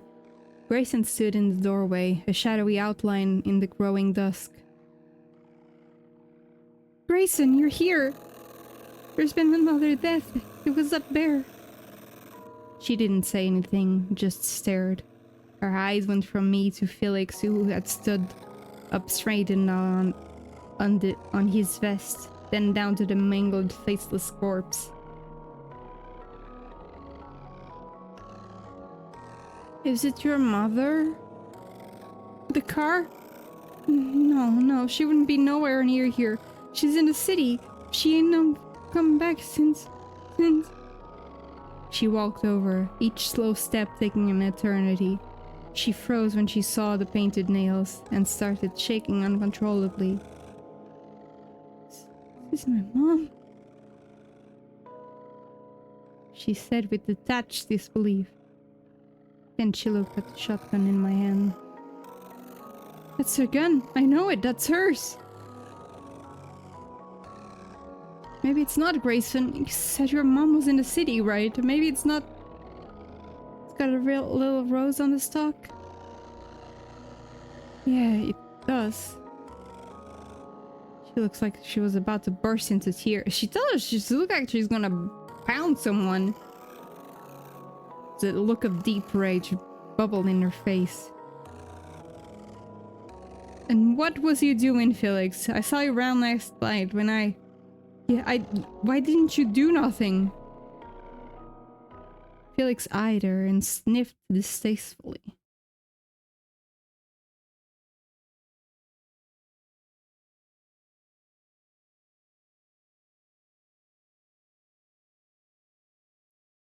I should ask you the same thing. I saw nothing on my walk last night, and last I checked, they were your parents. What were you doing outside? Grayson, you were out last night too? Yeah, I was. Oh boy, I'm gonna have to make a choice. I need to get out of here. I need to get out of the house, so I left to cool off. Cool off from what? She looked incredibly sad and stared straight at me as to not see the body on the floor. I got a really ailing match with my dad. I just wanted to see my mom, you know, in the city. And he was telling me he ain't never gonna let me go because he needed me here. And I told me if she just dropped dead, then I could go where I wanted, and I left. Nick, that was the last thing I ever told him. Is that he should go and die. And he did. He did.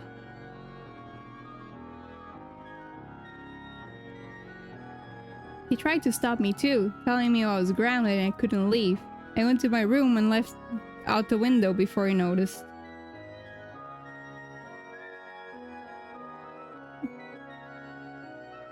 What did you do when you were out? I was walking around, you know? I was real pissed, so I kinda kicked some snow, rocks and stuff like that.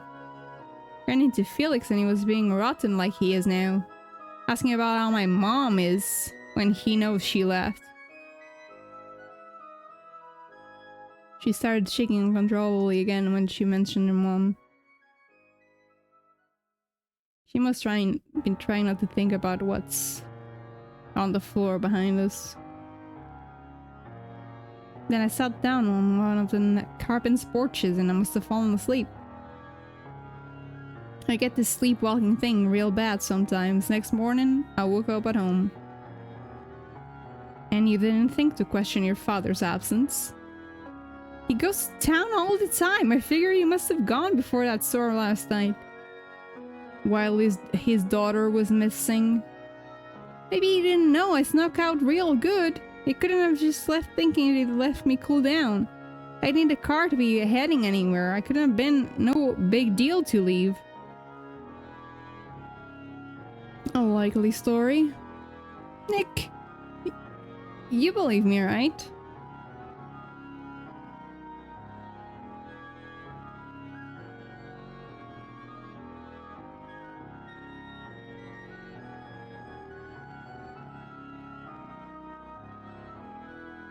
You slept outside in the snow. In a storm.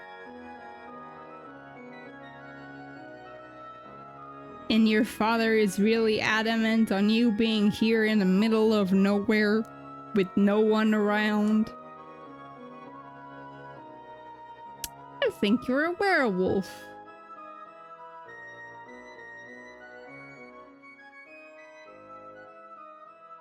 How could you... You think your dad just left you after a fight like that? I thought we were friends.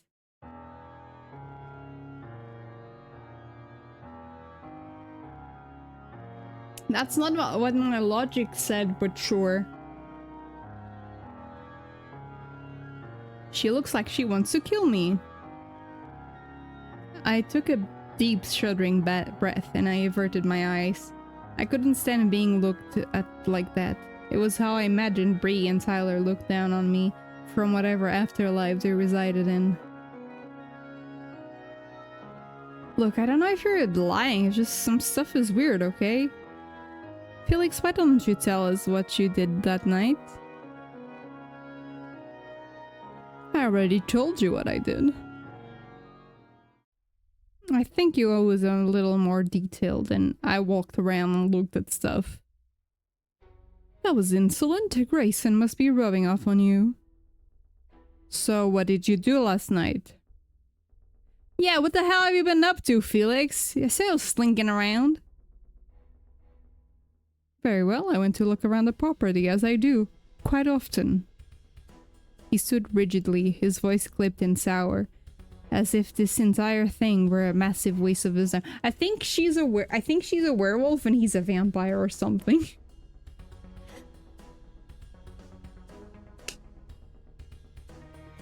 I first went to visit Mr. Nash to see if there was anything that needed to be attended to.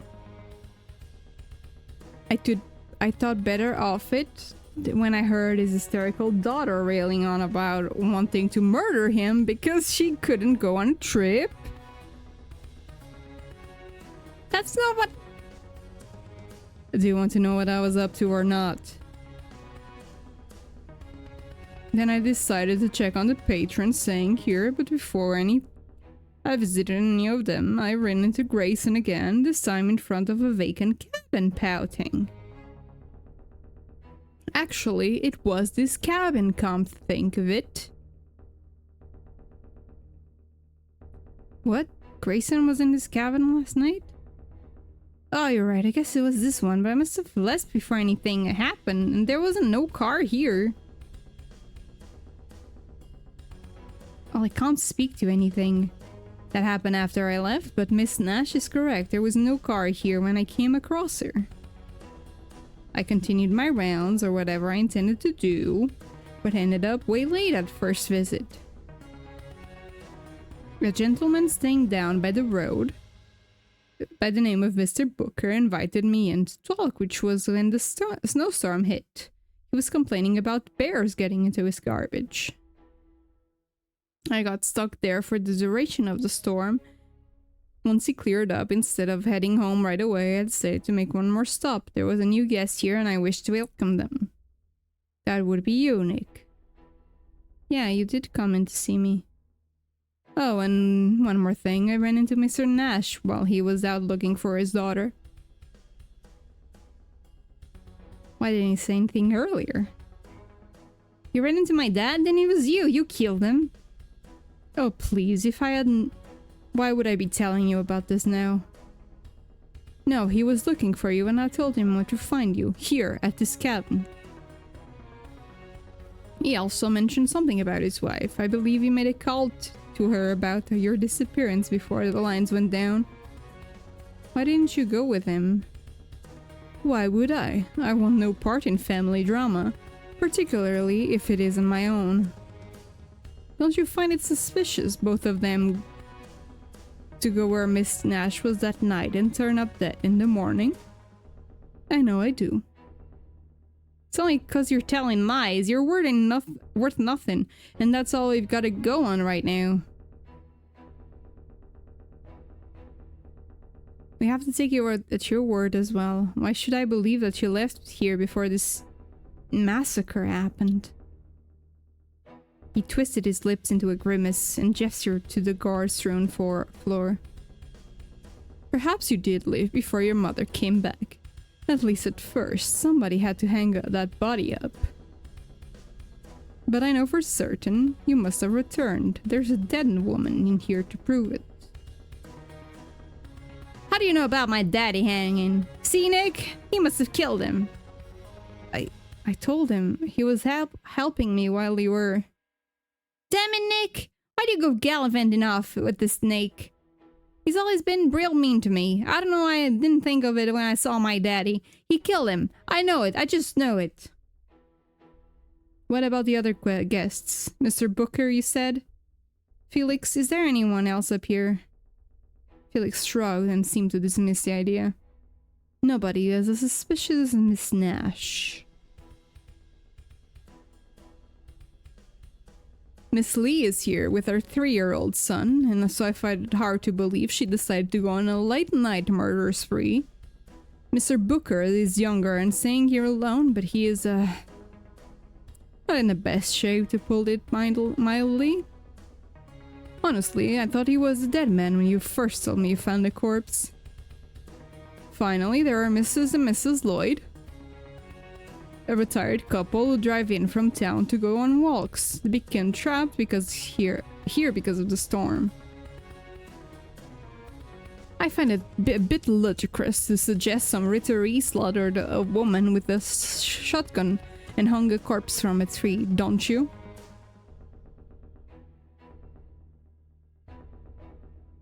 I thought one of them could have done it earlier tonight. Out of an abundance of caution, Nick. There was also, before we found Mrs. Nash, butchered in the cabin with her daughter. Her daughter was sitting in front of earlier in the night. Someone is definitely responsible for this, and there are so many things that don't add up. Something doesn't add up. I don't think it was either of you, at least not alone. There's just something that doesn't add up. What, pray tell, doesn't add up on my spot, Master? Well, Mr. Astarion, you're an old man. Either that, or you're a future real estate bitch boy.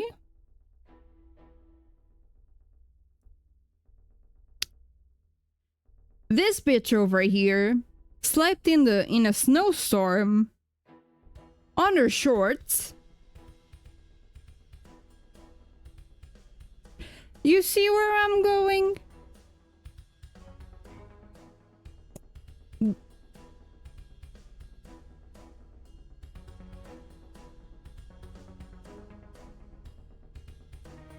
You're out here in your waistcoat, cold as balls. She's out here piping hot in her shorts. She slept walk. Listen, I'm the first one to excuse sleepwalkers because I am a sleepwalker. There has been no massacres around my sleepwalking, I gotta say. But I was also not sleeping outside in my shorts.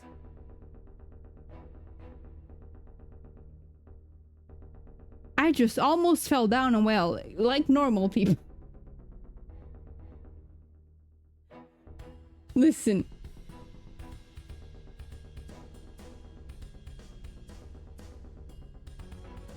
I'm just saying. Hot blood. He doesn't remember what happened at night.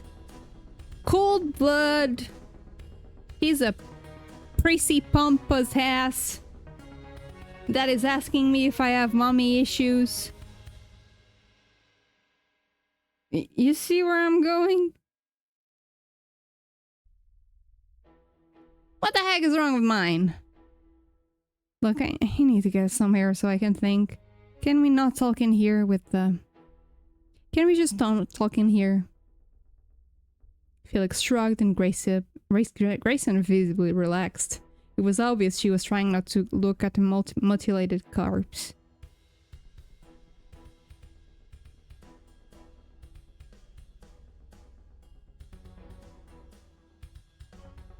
After the stale scent of death in the cabin, the outside air was a welcome escape. I could see the faint glow of the moon behind the mountains. Soon everything would be bathed in its light. I was still holding the gun, running my fingers nervously along the stock. I hope I don't need this. Now, would you care to enlighten us, Nick? What brilliant realization have you come to? I wouldn't say it's brilliant, but Felix? How did you know I had an argument with my mom? I heard you on the phone when I came to visit you, Nick. You know that. No, that's not possible, because my mom called just as the storm hit. You didn't come by until later. And if you were close outside enough to hear, then why didn't you see what cut the line? I stopped by before the storm but decided not to bother you during your call. I left before anything happened to your line, and I most certainly visited Mr. Booker. Sure, maybe you did, and maybe you cut the phone line first. Weird how you thought I might need help so badly that you came to my door again in the middle of the night. Felix, why'd you go cutting the phone line? And you know what? All them other lines was cut too. My house phone didn't work neither. When I tried to call my dad in the town in the morning, you do that, Felix? Don't be daft, how could I? I don't think you were very surprised to learn that Mr. Nash was murdered either. I saw Grayson when she found the body. I believe her, she didn't know it was her dad until that wood came off. I thought you said I didn't do this, yet all I've heard is accusations. There's something else. Grayson? I think you killed your mother. What? Nick, I held up my hand to stop her protests. Nick is with me. Let's go, Nick. We're cooking. We're cooking. This is gonna sound crazy, but Grayson, I think you're a werewolf.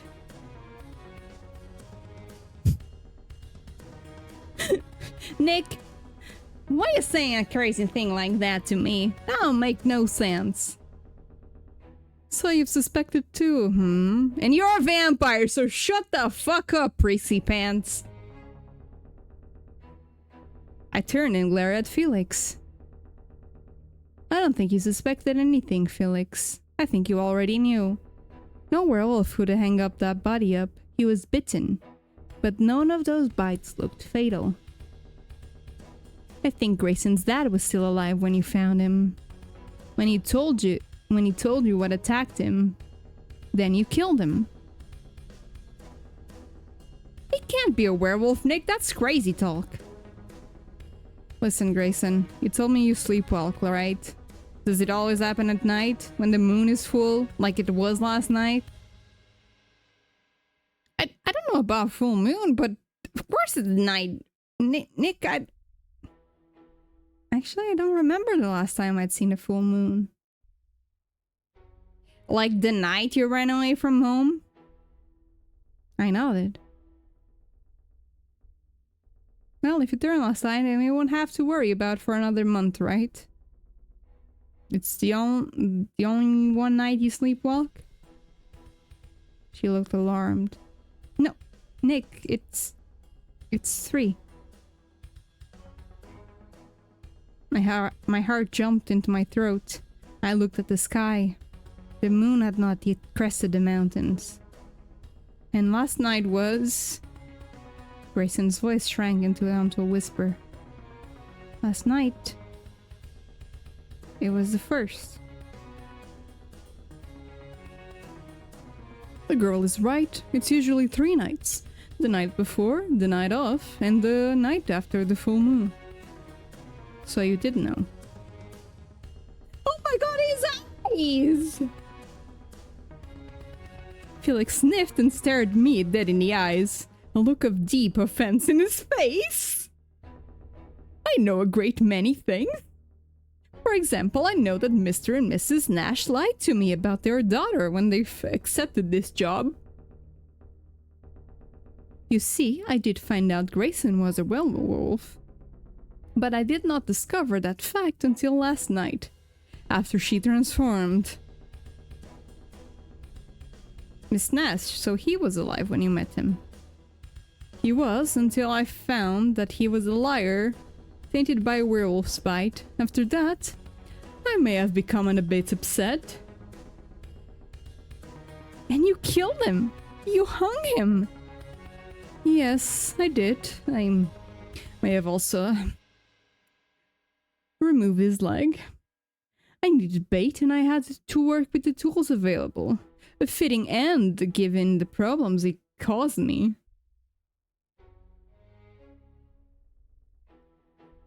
I'm sorry. What?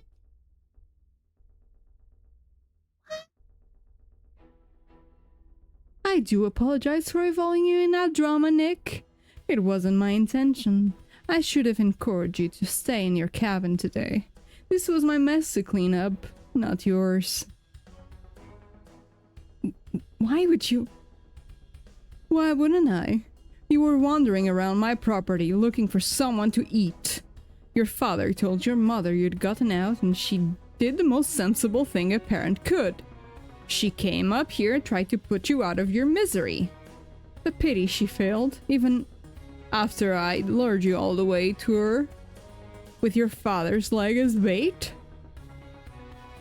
I can't even imagine how she felt, having her own daughter rip her into pieces like that.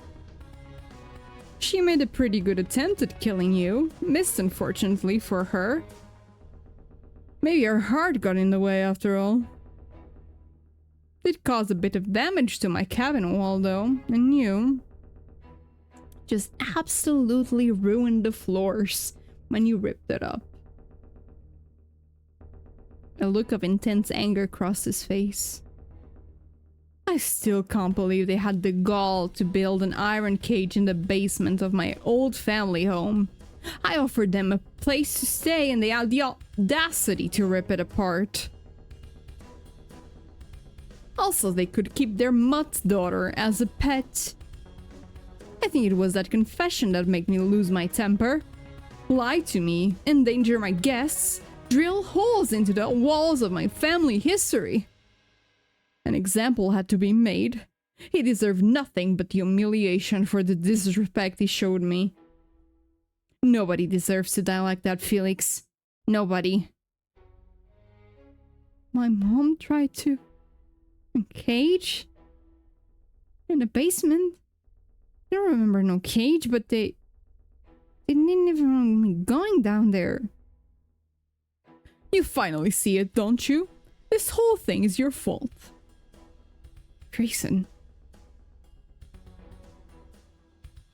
You ripped his clothes after. You're a monster.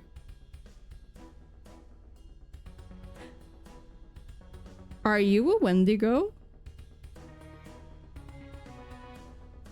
I know, but so are you, Miss Nash. Nick too, based on what's rattling around that traumatized little skull of his. We're all monsters here. You're just the most pathetic one. A werewolf in denial. We're all monsters. Is he just a killer or is he... Felix? What are you? You aren't human either, are you? No. No, I'm not. I'm what you might call a vampire! I know them. I know them. But in the morning, I saw you in the morning. He winced and almost looked embarrassed. It was overcast. Oh my god, he's a Twilight vampire. Nothing bright enough to kill me. I have to admit though, there was something about you that made me reckless. Ooh. I wanted to see you again. Enough to risk a bit of a burn. Me? Why, I'm not special.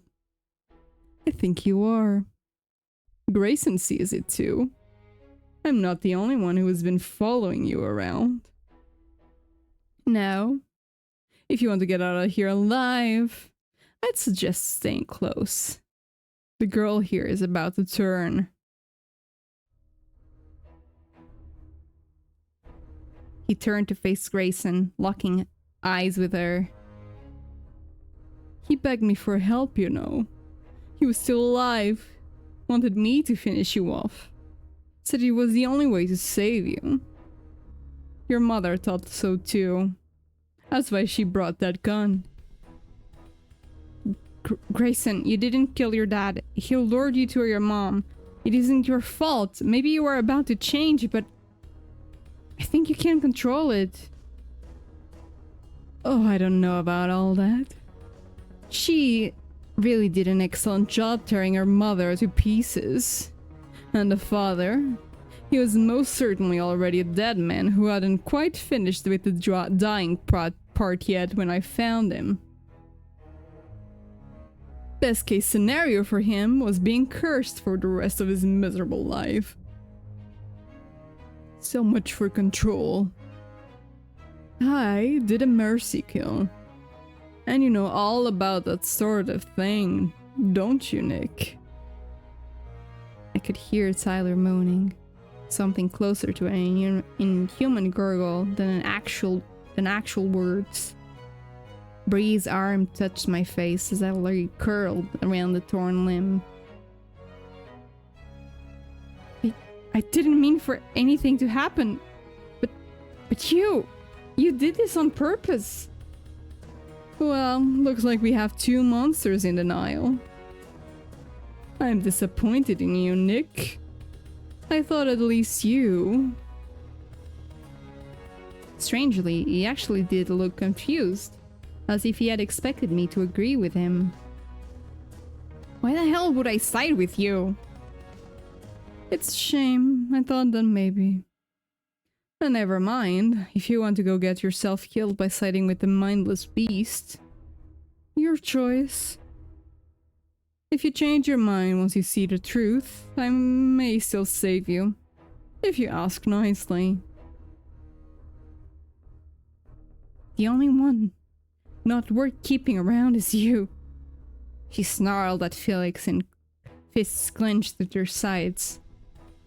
And if I'm a monster like you, then I'll be going down with you. You did the right thing by me, Nick, you hear?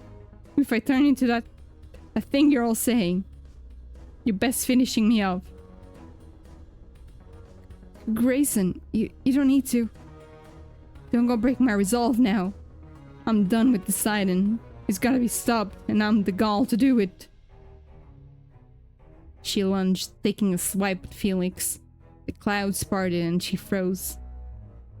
Every muscle in her body looking up. The moon hung full and luminous overhead. She looked over at me, and there was a mixture of fear and determination on her face. So it's true. I can feel it. Nick? Mom's gone. I'll get him. But do right by me. You hear? You do. Roar!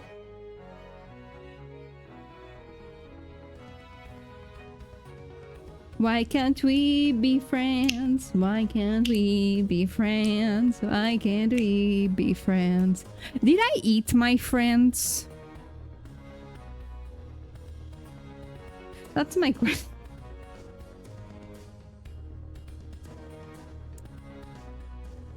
Her back arched forward and started bulging out, arms twisting and ripping throughout her clothes, her flesh tearing and repairing as if trying to keep up with the transformation of the muscle, sinew, and bone underneath. Felix tensed up, body elongating, bat-like ears sprouting from his head, claws extending from his fingers. You can try to kill me, a little mongrel, but you'll see. I'm so much more than you'll ever be. I have control. But Grayson was past the point of caring for about his insults. Her body was growing larger with every passing moment. There was a ripping and tearing at her clothes no longer fit her. How did she not know something was up? Like you don't have like that shirt you really like that pajamas you really like, and like strangely went missing. Maybe it's me. Maybe I'm the problem. Maybe I shouldn't have favorite pajamas, but I don't know. I do, I guess.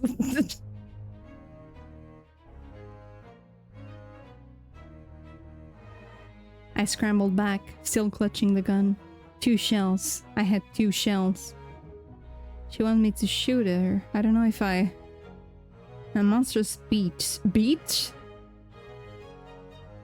stood where Grayson had been just seconds before. I like that Nick is just like, yeah, there's vampires and werewolves.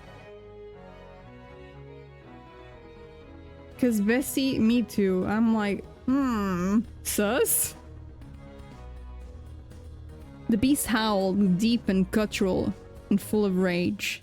Without even a glance back in my direction, she charged toward Felix. Okay, but she looks fucking rad, and he too. Okay, that hand. That fucking claw hand.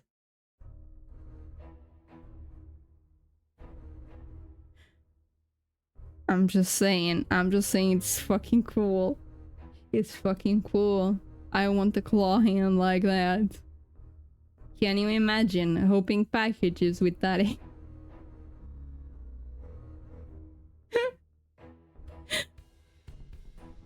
my priorities. Felix moved like her liquid to avoid her, slipping by the first powerful swing of her claws and raking his own talons down her back. A flap of fur peeled back, exposing flexing muscle and the white bone of the werewolf's shoulder blades. Within a moment, it began to knit back together again. Felix slid a stop and looked back. I saw his glowing eyes widen in shock at the repairing injury. Damn you! I can deal with this. I'll just have to be quicker. He flew to the left and right, dodging each slow, vengeful swing from the werewolf. He uses razor talons like needles, poking and piercing when he couldn't find a wide opening to fully slice. The snow was turning into red froth under Grayson's feet as it became saturated with her blood. One of her swipes tore across his front and dark blood oozed from the wound. He hissed like a feral cat.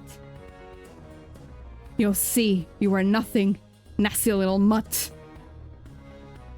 He went for a final blow that looked like he would take her head clean off. I turned away, afraid to see him succeed. Ooh, jaws? Then Grayson, I looked back at Felix's head. Was clutched in her mouth. Felix had taken a chunk out of the side of her neck, but had not severed her head. He went all in and lost. The girls are fighting. The girls are having a time. There was a creaking and splintering like wood being compressed. Is that his skull being crushed? He tried to kick himself free, raining scratches all across the werewolf's face. But nothing could stop her. He locked eyes with me. He's afraid. He's really afraid.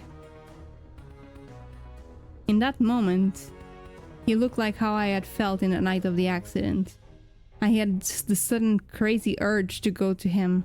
I wanted to tell him it would all be okay. Even if it's not the time to be gay! It's time to watch the girls fight!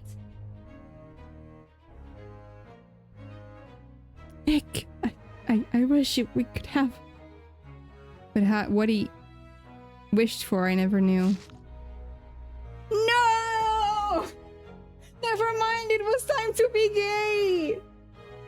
No! Oh, fuck. In that moment, his head burst outward in a spray of black ichor that spattered the snow and surrounding trees. His headless body thumped to the ground, twitching fingers clawing at the snow. It was as if he were reaching out toward me. The werewolf stumbled and fell to the ground, whining and panting. Her wounds were knitting back together before my eyes. The gun It's my chance if I don't do it now. What do I do? Finley, tell me, what do I do? I can't even type, it's fine. I don't shoot her, okay. I'm gonna die. I'm gonna die. I'm gonna fucking die. It's okay. We all know the gays can't have a happy ending ever. Good puppy. I can't shoot her. She's Grayson. I know I can't convince her to leave. I walked cautiously over, making sure to stay in her line of sight the whole time. Grayson? Oh, she's not gonna like me because I doubted her. Oh, fuck. You're probably confused, but you need to go. Trust me. Run into the woods. I'll come find you tomorrow. The wounds were almost healed now. She was getting up, shaking her great lupine head. I think she's gonna do it. Yes, I can save her. She's gonna snap my head off. She'll be angry with me for not listening, but she won't be dead. That's right, just head on to the wood.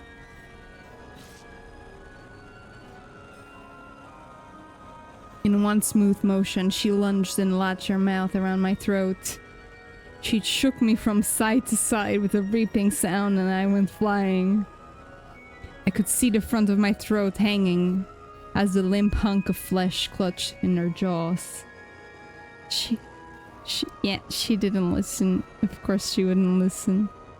She sniffed at Felix's discolored body and turned away in distaste. With a great lumbering stride, she came over to me, and as I gurgled and gasped, the snow around me bloomed with red. As my vision went black, I heard her start tearing into my body. Wet chewing sounds filled my ears as everything crumbled into oblivion. Grayson, I'm so sorry.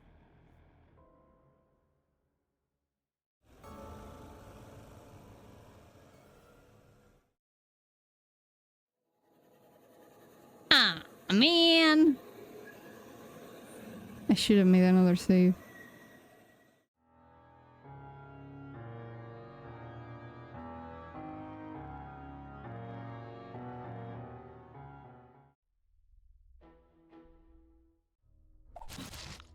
Shoot her. I took careful aim and walked up behind her. I could see the pulsating of her heart under an exposed rib. The surrounding muscle was already knitting back together. The final gift from Felix. I pulled the trigger. A mournful— oh no, she became human! A mournful whimper cut the air, and it made my heart break. Grayson, I'm sorry, I had to. The silver buckshot hissed and sizzled, refusing to heal, embedding deep within her beating heart. I turned away, unable to watch my friend die by my own hands. I've killed every friend I ever had. Tyler, Bree, now Grayson. Nick, you did the right thing by me, just like you promised. I turned around, and she was there, small and trembling in the snow. The magic that had transformed her was still struggling to repair the damage I had done. She took a jerking, shuddering breath. I pulled my jacket off and draped it around over a gaping hole in her chest. Yeah, I did, Grayson. But what if I could have? I never wanted to hurt nobody, but I did. You did right, and I don't go thinking you didn't. Felix deserved what he got, but he ain't wrong about me getting rid of me. I should have had a bullet in my head the minute I got bit. Grayson, No. I know we just met, but I'm glad, okay? I'm glad I met you. It's my fault you're like... Shh. I know you're feeling bad about yourself, but I just want to talk about this last thing. Whatever you want. I'll talk about whatever you want. Okay. What do you think my favorite big city thing would be? I looked at her for a moment and thought... Hiking, maybe? In the city? She gave a low, rattling laugh. Oh, come on. I've been hiking my whole damn life. That ain't a big city thing. Shit. Sorry, that was kind of dumb, huh? Took me a moment to realize I was smiling. Why can't she make me smile at a time like this? I want something you can only do in a city. For her? Theme park. She's loud, likes adventure, but also likes being around as many people as possible. Probably an amusement park. One of those with the big coasters. I'm not a fan, but I bet you'd love that. I would go with you and your friends. Yeah. I think Bree and Tyler would have been a great part of the crew. Maybe we could all have gotten to the same college and I could have asked Bree out. Yeah, let's stay up all night studying. We all go take out food and stuff. Maybe I'd buy it for everyone. Then party on the weekends. Going to what's in places with the flashy lights and the dancing. The club? She should have been at the club! Yeah, I'd find me some boy or gal or... something. Maybe you'd... Nah, you have your other friend, right? Bree, you said? It's not a friend, it's actually a block of cheese.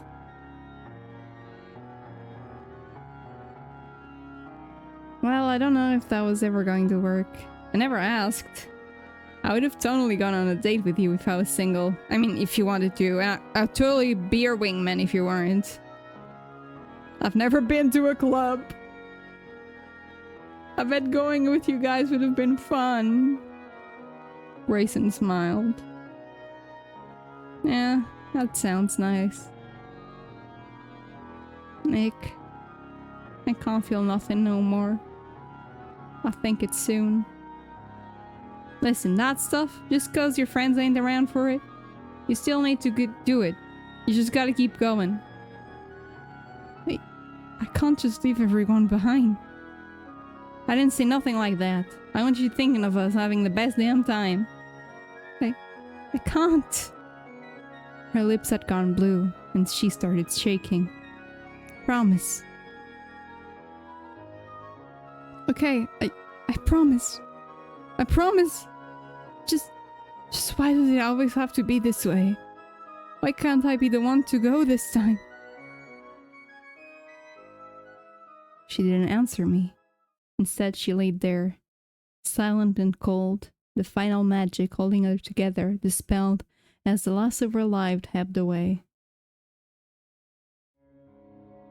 The walk back to the cabin felt as if it took no time at all. And also an eternity.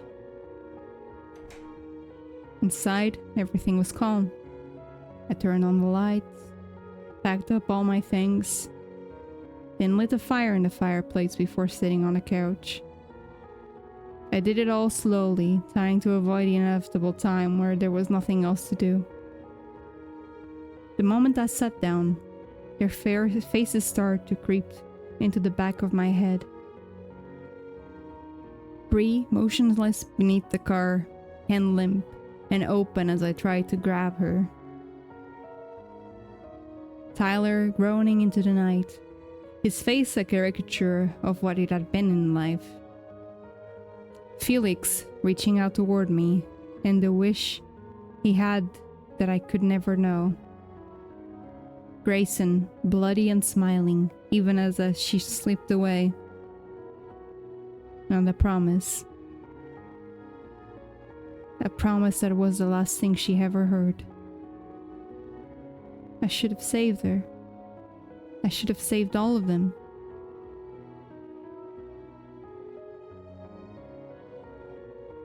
Like I should save the game more often. Why can't I just go and join them? Why can't I just leave too? No, keep it together. I have to try. I have to. Anyway, I'm sure she'll be able to meet them. I think maybe you'd like... Hey man, it's been a while. Have a good trip? Aw, why didn't you invite me? I wanted to go into a winter cabin getaway. Heh, he was just too embarrassed to ask. Look, he's blushing. Seriously tough, man. But you had a party. You meet anyone else cool up there? You know, we couldn't have had a party and my mom rented the cabin. Yeah, but she lets us hang out. Should have been fine. Gotta work hard to play hard, yeah? And I'm in some serious need of some play hard. Our last volleyball match really took it out of me.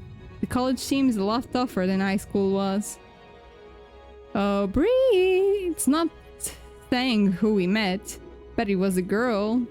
You have competition. Oh no, I hope not. Guess I'd have to date you, Tyler. The mere linebacker to Nick's quarterback. What a downgrade. Only teasing. We're dating? Yeah, you asked me at the graduation party 4 months ago. Though I gotta say, you're losing some boyfriend points for not inviting me along your cabin adventure. You did meet a girl then. Think she hit it off with Tyler? Yeah, I did. Maybe. Let's just introduce you guys. This is Grayson. Hey, y'all! Nice to meet ya! Oh my god, Nick, I lied. Tyler, you don't stand a chance in hell. Nick, I'm dumping you and she's gonna be my girlfriend now! Let's go! So awesome. Look at those cute little shorts. You're all too much.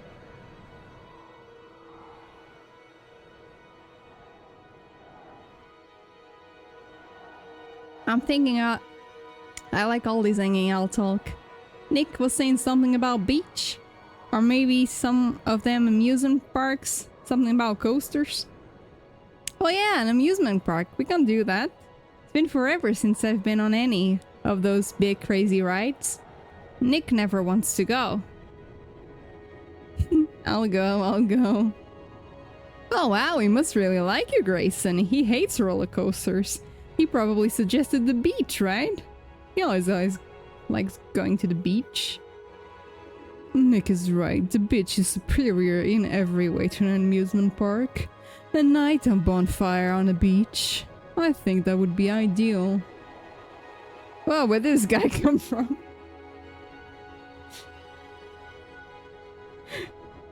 You met more than just Grayson up there, Nick? Yeah, I did. This is Felix. It's kinda uptight, but it's okay. What Nick means is that I don't care for the frivolity of these roller coasters. Talking by a fire is better.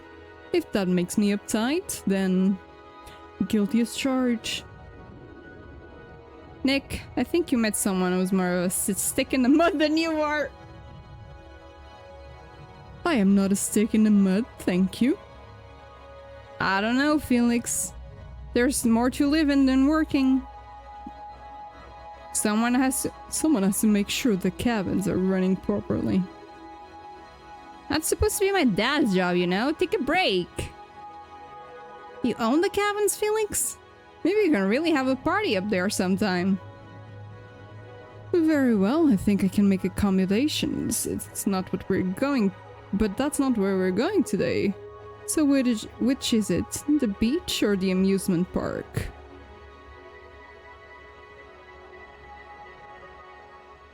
Hell yeah, winter vacation is just, here we come. But for today, we're doing the amusement park. Nick's paying to... What? No, there's no way I'm paying for all of you. I wanted to go to the beach. You're paying for me too. This is the best day ever. New friends and a fiery day at the park. You're too much. Look, maybe I'll get food, but I'm not buying the tickets. Well, Nick, I think we're outvoted. But, you know, that's not always a bad thing. You're right, Felix. I guess it's not. Let's go. Yeah. Like that. Even him. I think he would have been like that if he wasn't a vampire. We could all have been friends. I heard the sound of tires on the snow. A moment later, my mom walked in, shivering from the cold. Finally back, who knew that a few-hour outing would end up being over a day, and the phone's going out. I think I spent the whole time having a heart attack. Hey, Mom. She rushed over to me. Are you okay? Did you have any nightmares? I left you alone for so long. Yeah. I'm fine. You know, I've been thinking, Mom. I couldn't have saved them. And I wish it was different, but it's not. She wrapped her arms around me. Oh, Nick, you don't have to think about that if you don't want to. No. It's important. What I'm trying to say is... I didn't die. I'm still here. And... I owe it to them to keep on living, right? Not just thinking about the last time I saw them. Not just dreaming about how they died. I want to think about who they would have been. I want to live the life we all could have had together. For them. I breathed in deeply. This next part felt like ash in my mouth, but I had to say it. And for myself. You're amazing for even trying, baby. You're amazing. I laughed. I could see the full moon hanging bright and heavy in the sky through the window. I'm not amazing, Mom. I'm just the one who's still alive. But I'm going to try. I'm going to try to dream about their futures. If I hadn't made it that night, and they had, I would have wanted them to dream about mine.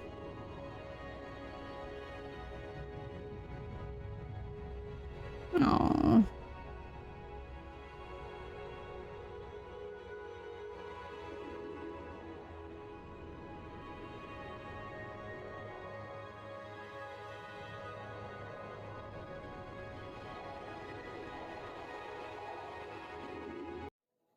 That was very good. I really like this one. A surprise today, but a very pleasant one.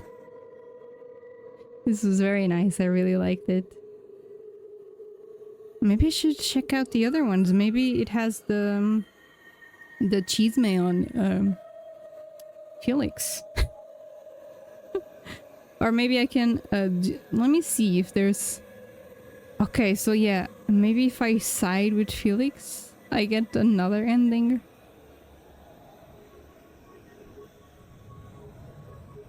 Oh yeah, I only got 2 endings.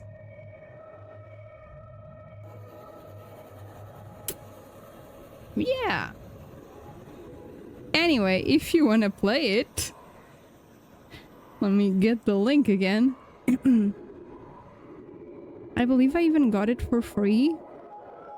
And it's on one of Ichio's bundles right now as well. I must have got... Yeah, I got it in another bundle a while ago. Because there's still stuff for you to explore in this one. And there's 2 more games with Nick. And one is with... Felix. Thank you so much, everyone. for being here. Thank you for watching.